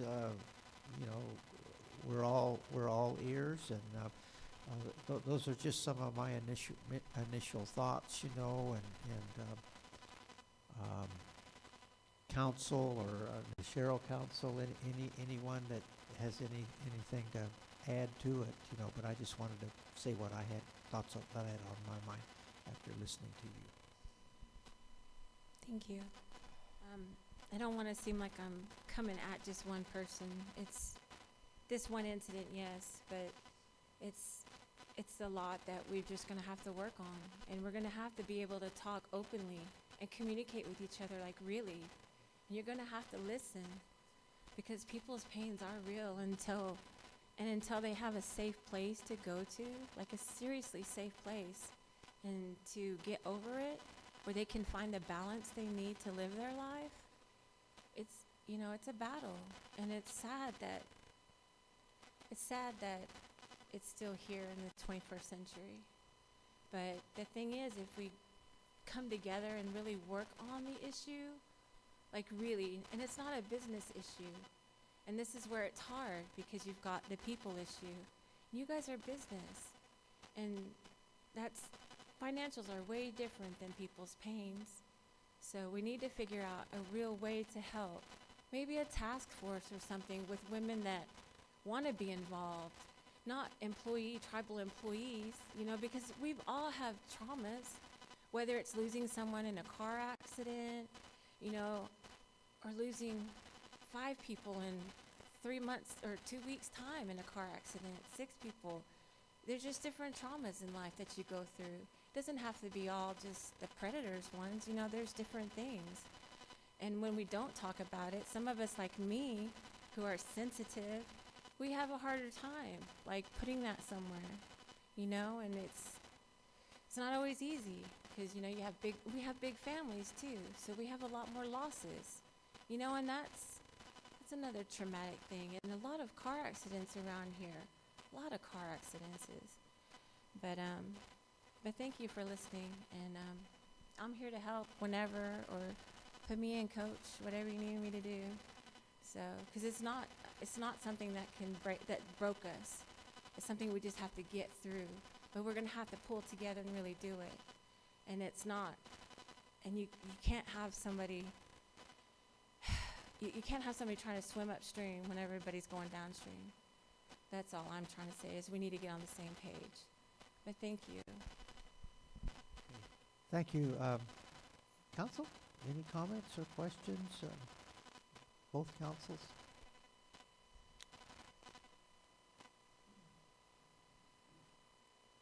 Chief Beard?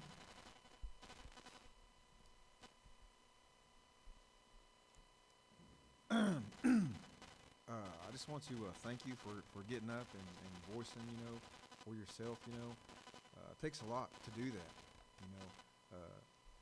just saying it out loud is hard sometimes, let alone coming before, both councils, and then we have spectators and stuff like that too. So I want to thank you for doing that,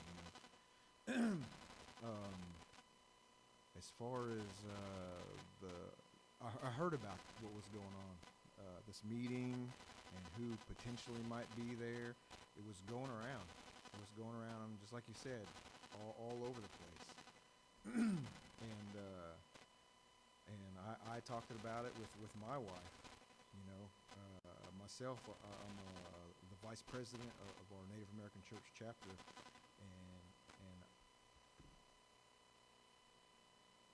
I feel like any meeting that goes around here on our tribal reserve that has to do with Pawnees or a Pawnee roadman running it or anything like that, then we should be involved.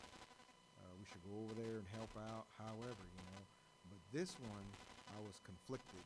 I was conflicted because of my seat here on our Nasharo Council.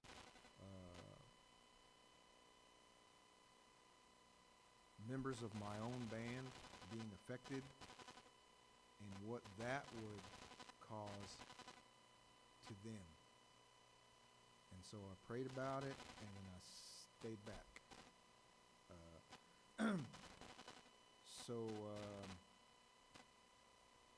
What you said about that going on at that Earth Lodge, I don't even know what the status of the Earth Lodge.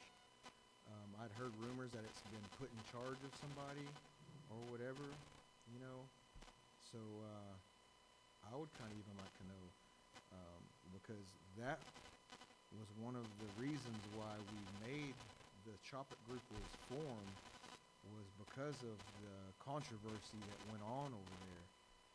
And then when I heard about all that was going on, it was almost like we went backwards a little bit. Kind of the way I felt about it, So who is in charge of that? First of all, thank you, Leah. You're a very brave young lady to get up and say that. And us ladies on the council were working with the women that showed up with the first group, which was just to talk about the Earth Lodge, but then it was over 60 women who expressed a lot of things that we never expected. So we know we have to deal with the trauma. We've never had this problem before. We're just shocked that this happened to us that night, and so we've been trying to do that. And we've had about 4 meetings, and because we've never done it before, we have talked to IHS, and we've gotten some trauma counselors that are coming on board, but then we found out the issues with that a lot of ladies would not go over there because they didn't want people to see them. So we've got to find an alternative. So as to how it ended up like it did, I don't know. We never dreamed that, but we were meeting with the ladies, and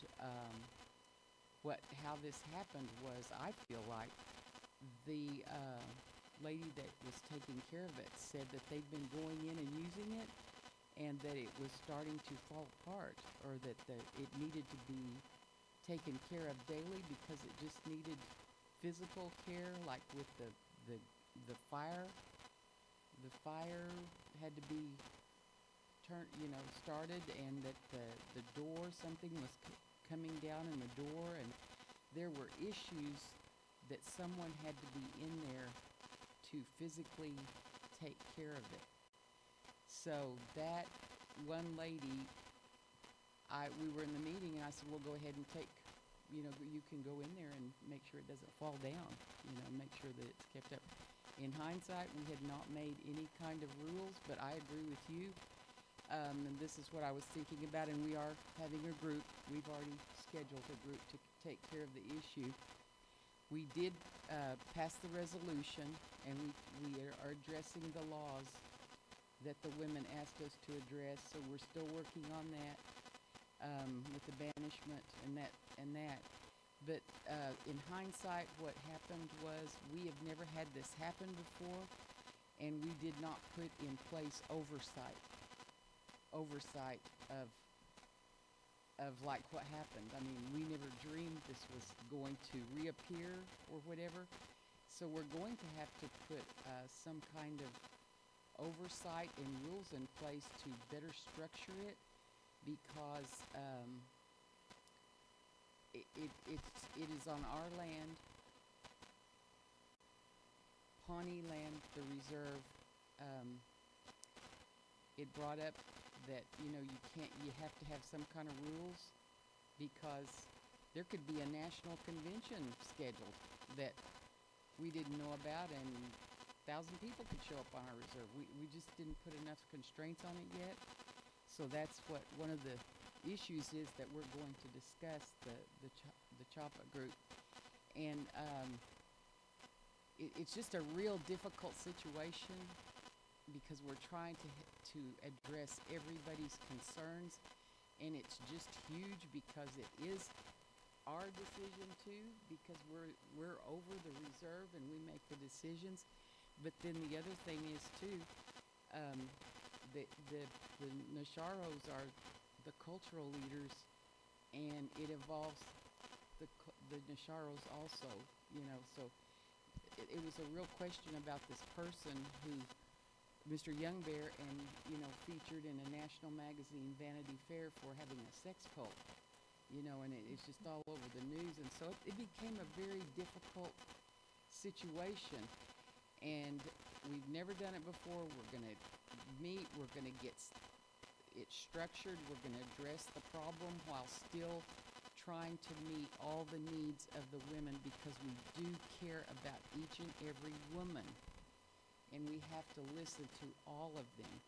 So that's, in a nutshell, kind of what happened on this one. And by the time we found out about it,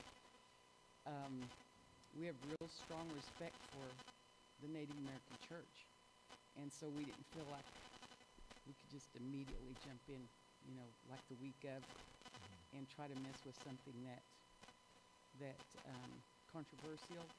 So we have a meeting scheduled this coming 22nd. the 22nd, and we are going to be talking about how we are going to address it as women leaders, and to address the concerns of all the women, because we do want to make sure they're safe. I just personally never dreamed we'd have to make some kind of rules up for a cultural event on our land. It's just something we didn't expect 60 women to show up that night, but we know now we have a serious problem, and we're all committed to it, and we all want to do what's right. So I think it's going to take us just a little bit to regroup and refocus and address all the issues. And pardon?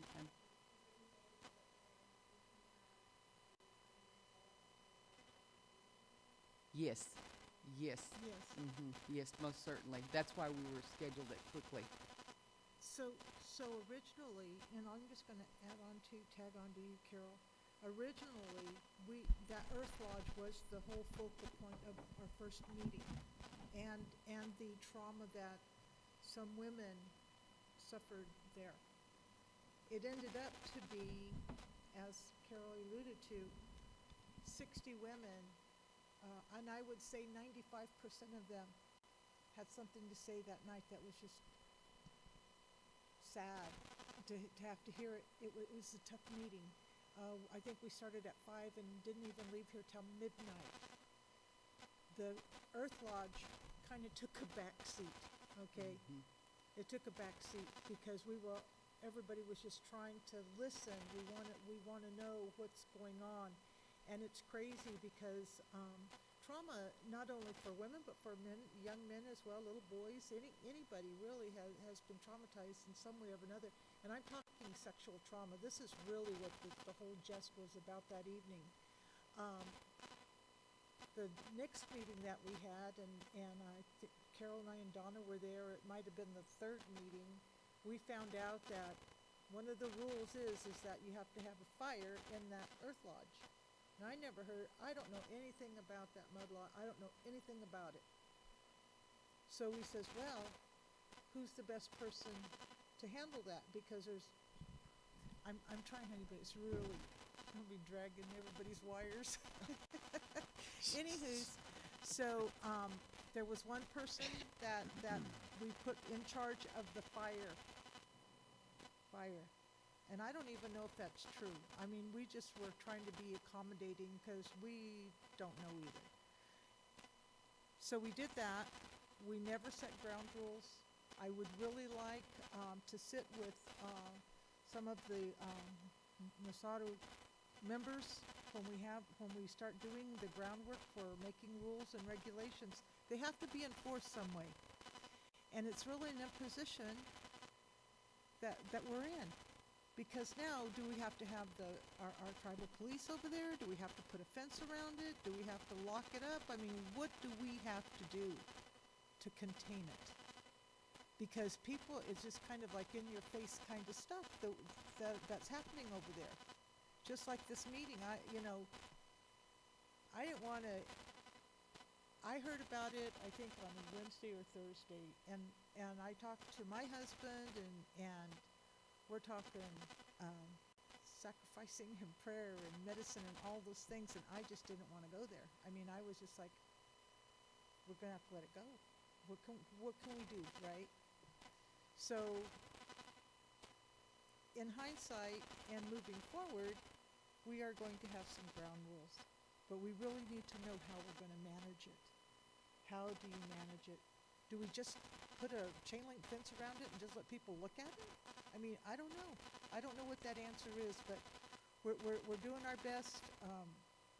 We haven't had a lot of participation from the people, from the ladies that had come into that meeting originally.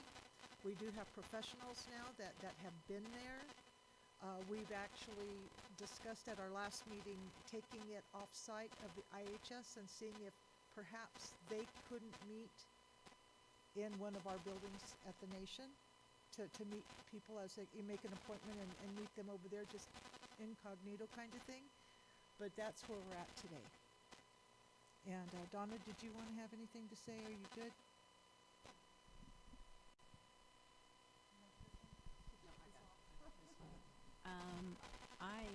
I have a different perception, and I don't really want to go into it too much right now until I can sit down with the group and we can, work some, have some discussions. But yeah.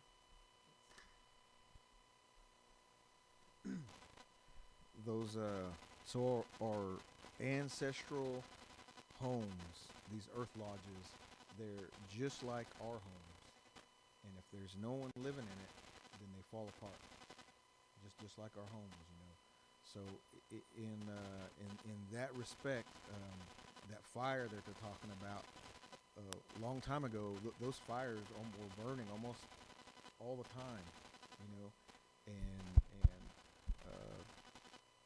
had the way we were talking about was just like the smoke, the soot, and all that kind of stuff.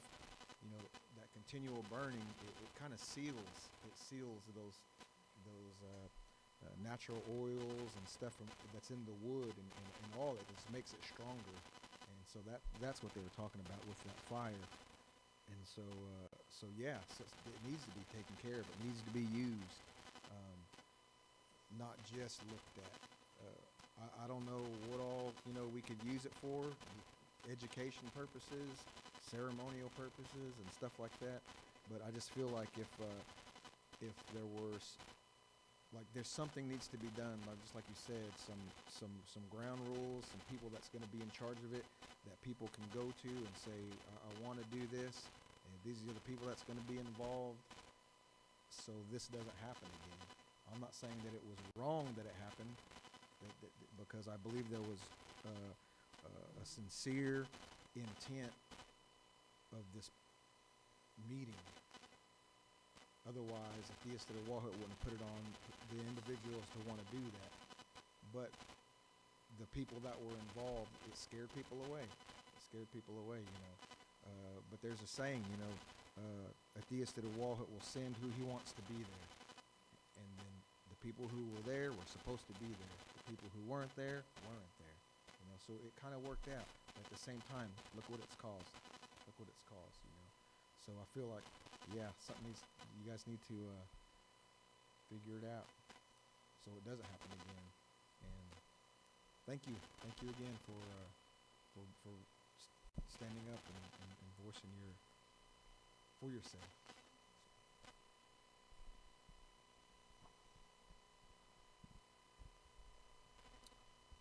Okay, are there any other comments? Folks? George? I wasn't going to comment on your issue, but I did want to commend you, because I mean you've been my sister my whole life, and I know how you are, and I know how hard that was for you, and I just want to thank you for getting up and speaking your mind, and I agree with you about we're not going to let our young girls be hurt anymore. I take this war on trauma very serious, and I commend the chocolate group and everything that's going on, and Jennifer for bringing that initiative to us, and the chiefs who support it. So I did want to tell you that I apologize for any trauma I caused you growing up, because I know I was a really mean brother and caused you all kind of names. I know that. But you know, I see the strong lady that you are today, and I want you to know I'm very proud of you, and I love you. I just add you did a real good job too, so you should go to law school. Okay. Okay. Pat, Chief Leading Fox.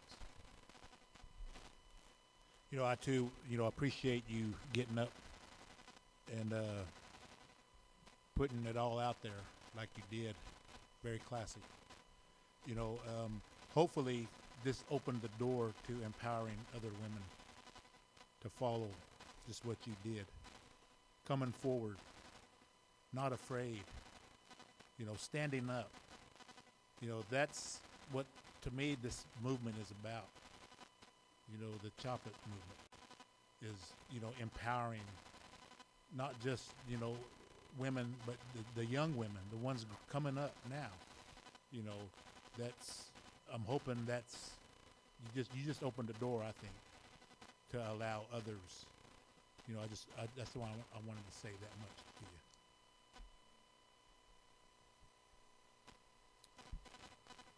Okay, thank you very much. And I have a last minute. Tim, I'm sorry. Go ahead, Chief Jim.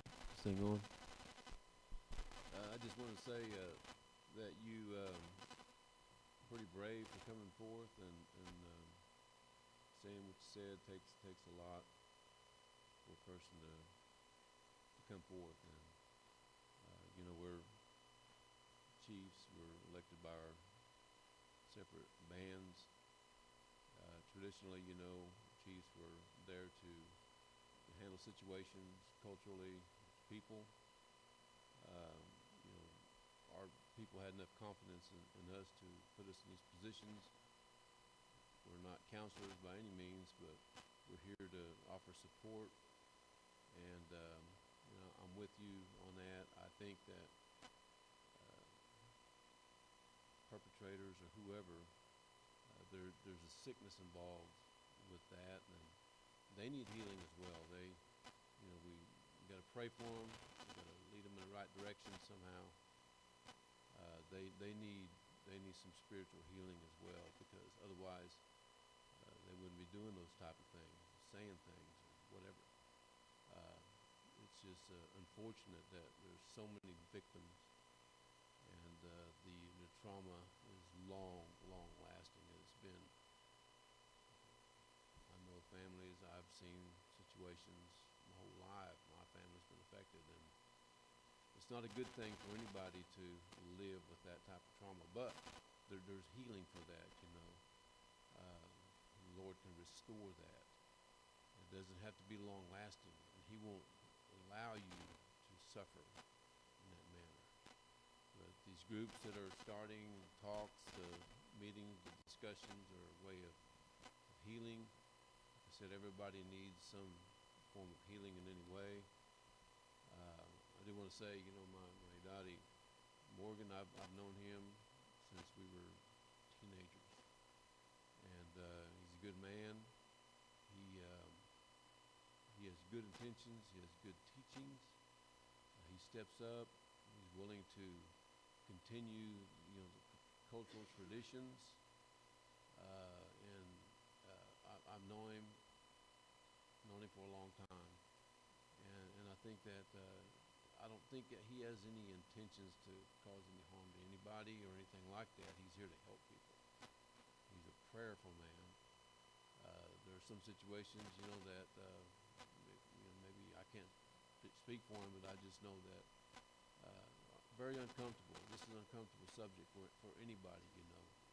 So, you know, in that regard, I just don't think that he probably just didn't know how to handle the situation at that time. But I'm just here to say that, you know, I continue to pray for our people, because there are situations like this that need to be talked about, need to be addressed, so that everybody can be healed spiritually, mentally, all these things. So it's good, you know, that we open up this dialogue and have a platform for women to be empowered so that they can share their feelings, because there's a lot of people out there that don't have that bravery to come forth, and they probably never will. So they'll live with that trauma, and it's unfortunate, you know, because some of them will never come out of that shell.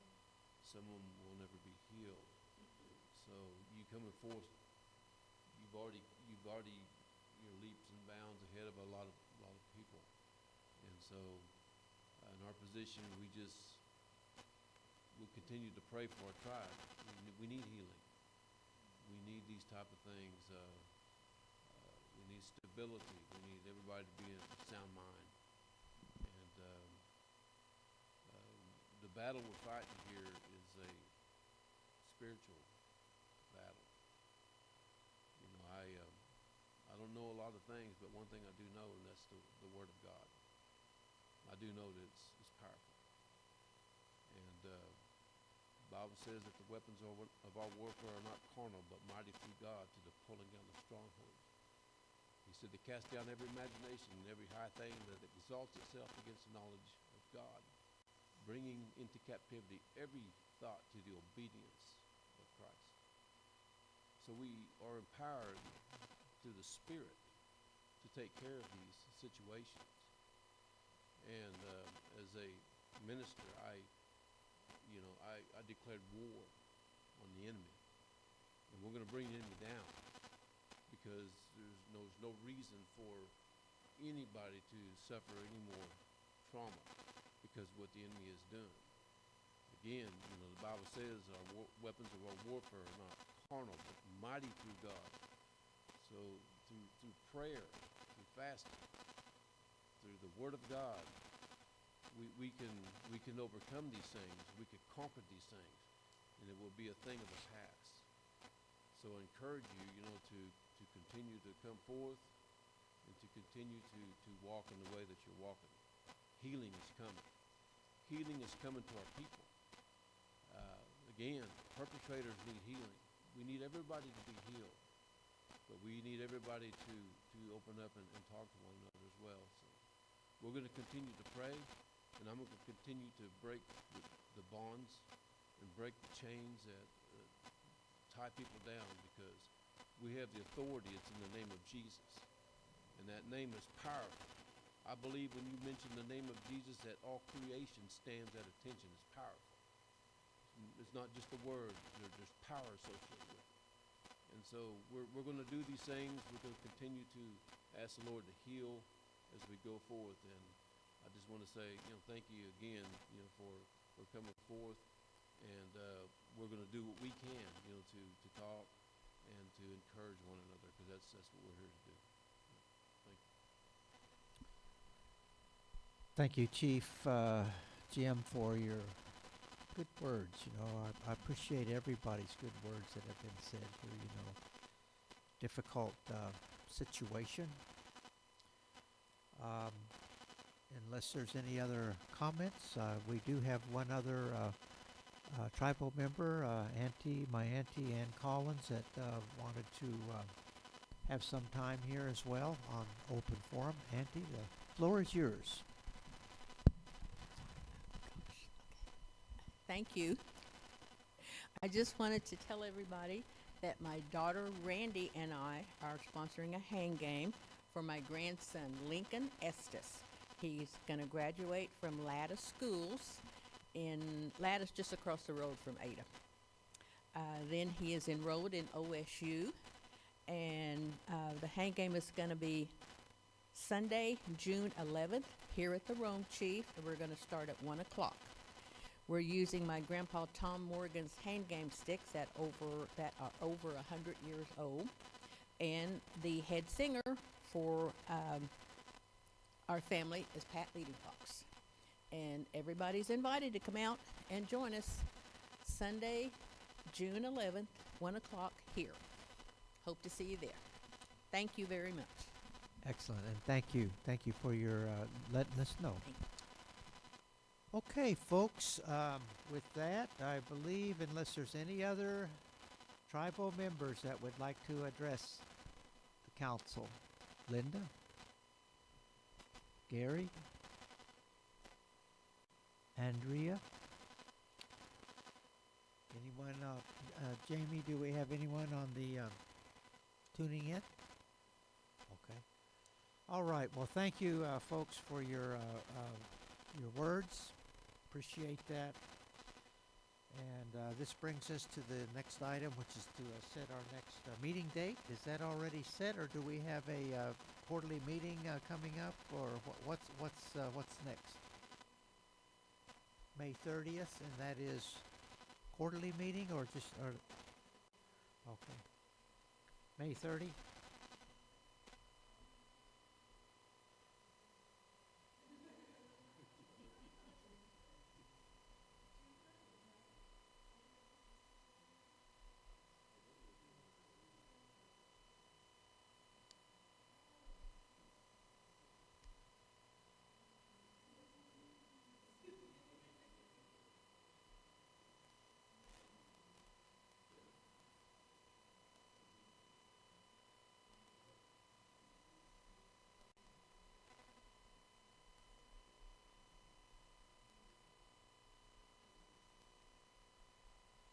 Okay, so we have a quarterly meeting on June 3 and a regular meeting on June 6 at 5 o'clock. Is it 5 o'clock, Jamie?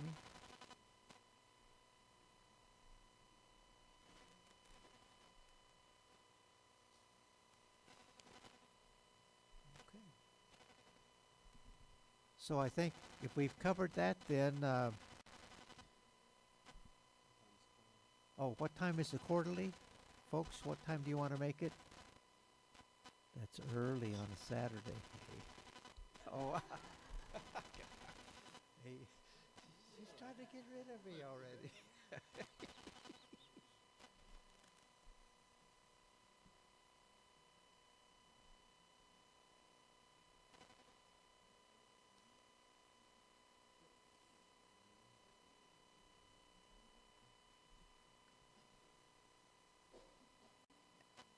And then what about the regular meeting? Is that going to be at 5 o'clock or June 5? June I think 6. I think that's the new president's call. They said. Oh, the new president. Okay. Okay. Okay. So you're right, and Folks, I guess the clock on the wall says it's time for me to hit the trail. Before we dismiss, I want to congratulate Cynthia Butler on graduating from Oklahoma State University.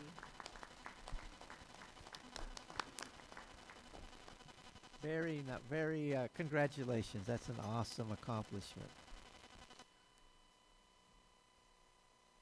So I'm looking for a motion to adjourn, I guess, folks. We have a motion. Thank you, Sammy, and a second by Vice President. Mr. Secretary, call for the vote, please, sir. Jordan Canuho, George Gardner, P.S., Carol Chapman, Cynthia Butler, Donna Hare, Gene Evans, Sammy Kimball. Thank you, council. We are dismissed. 7:45 p.m.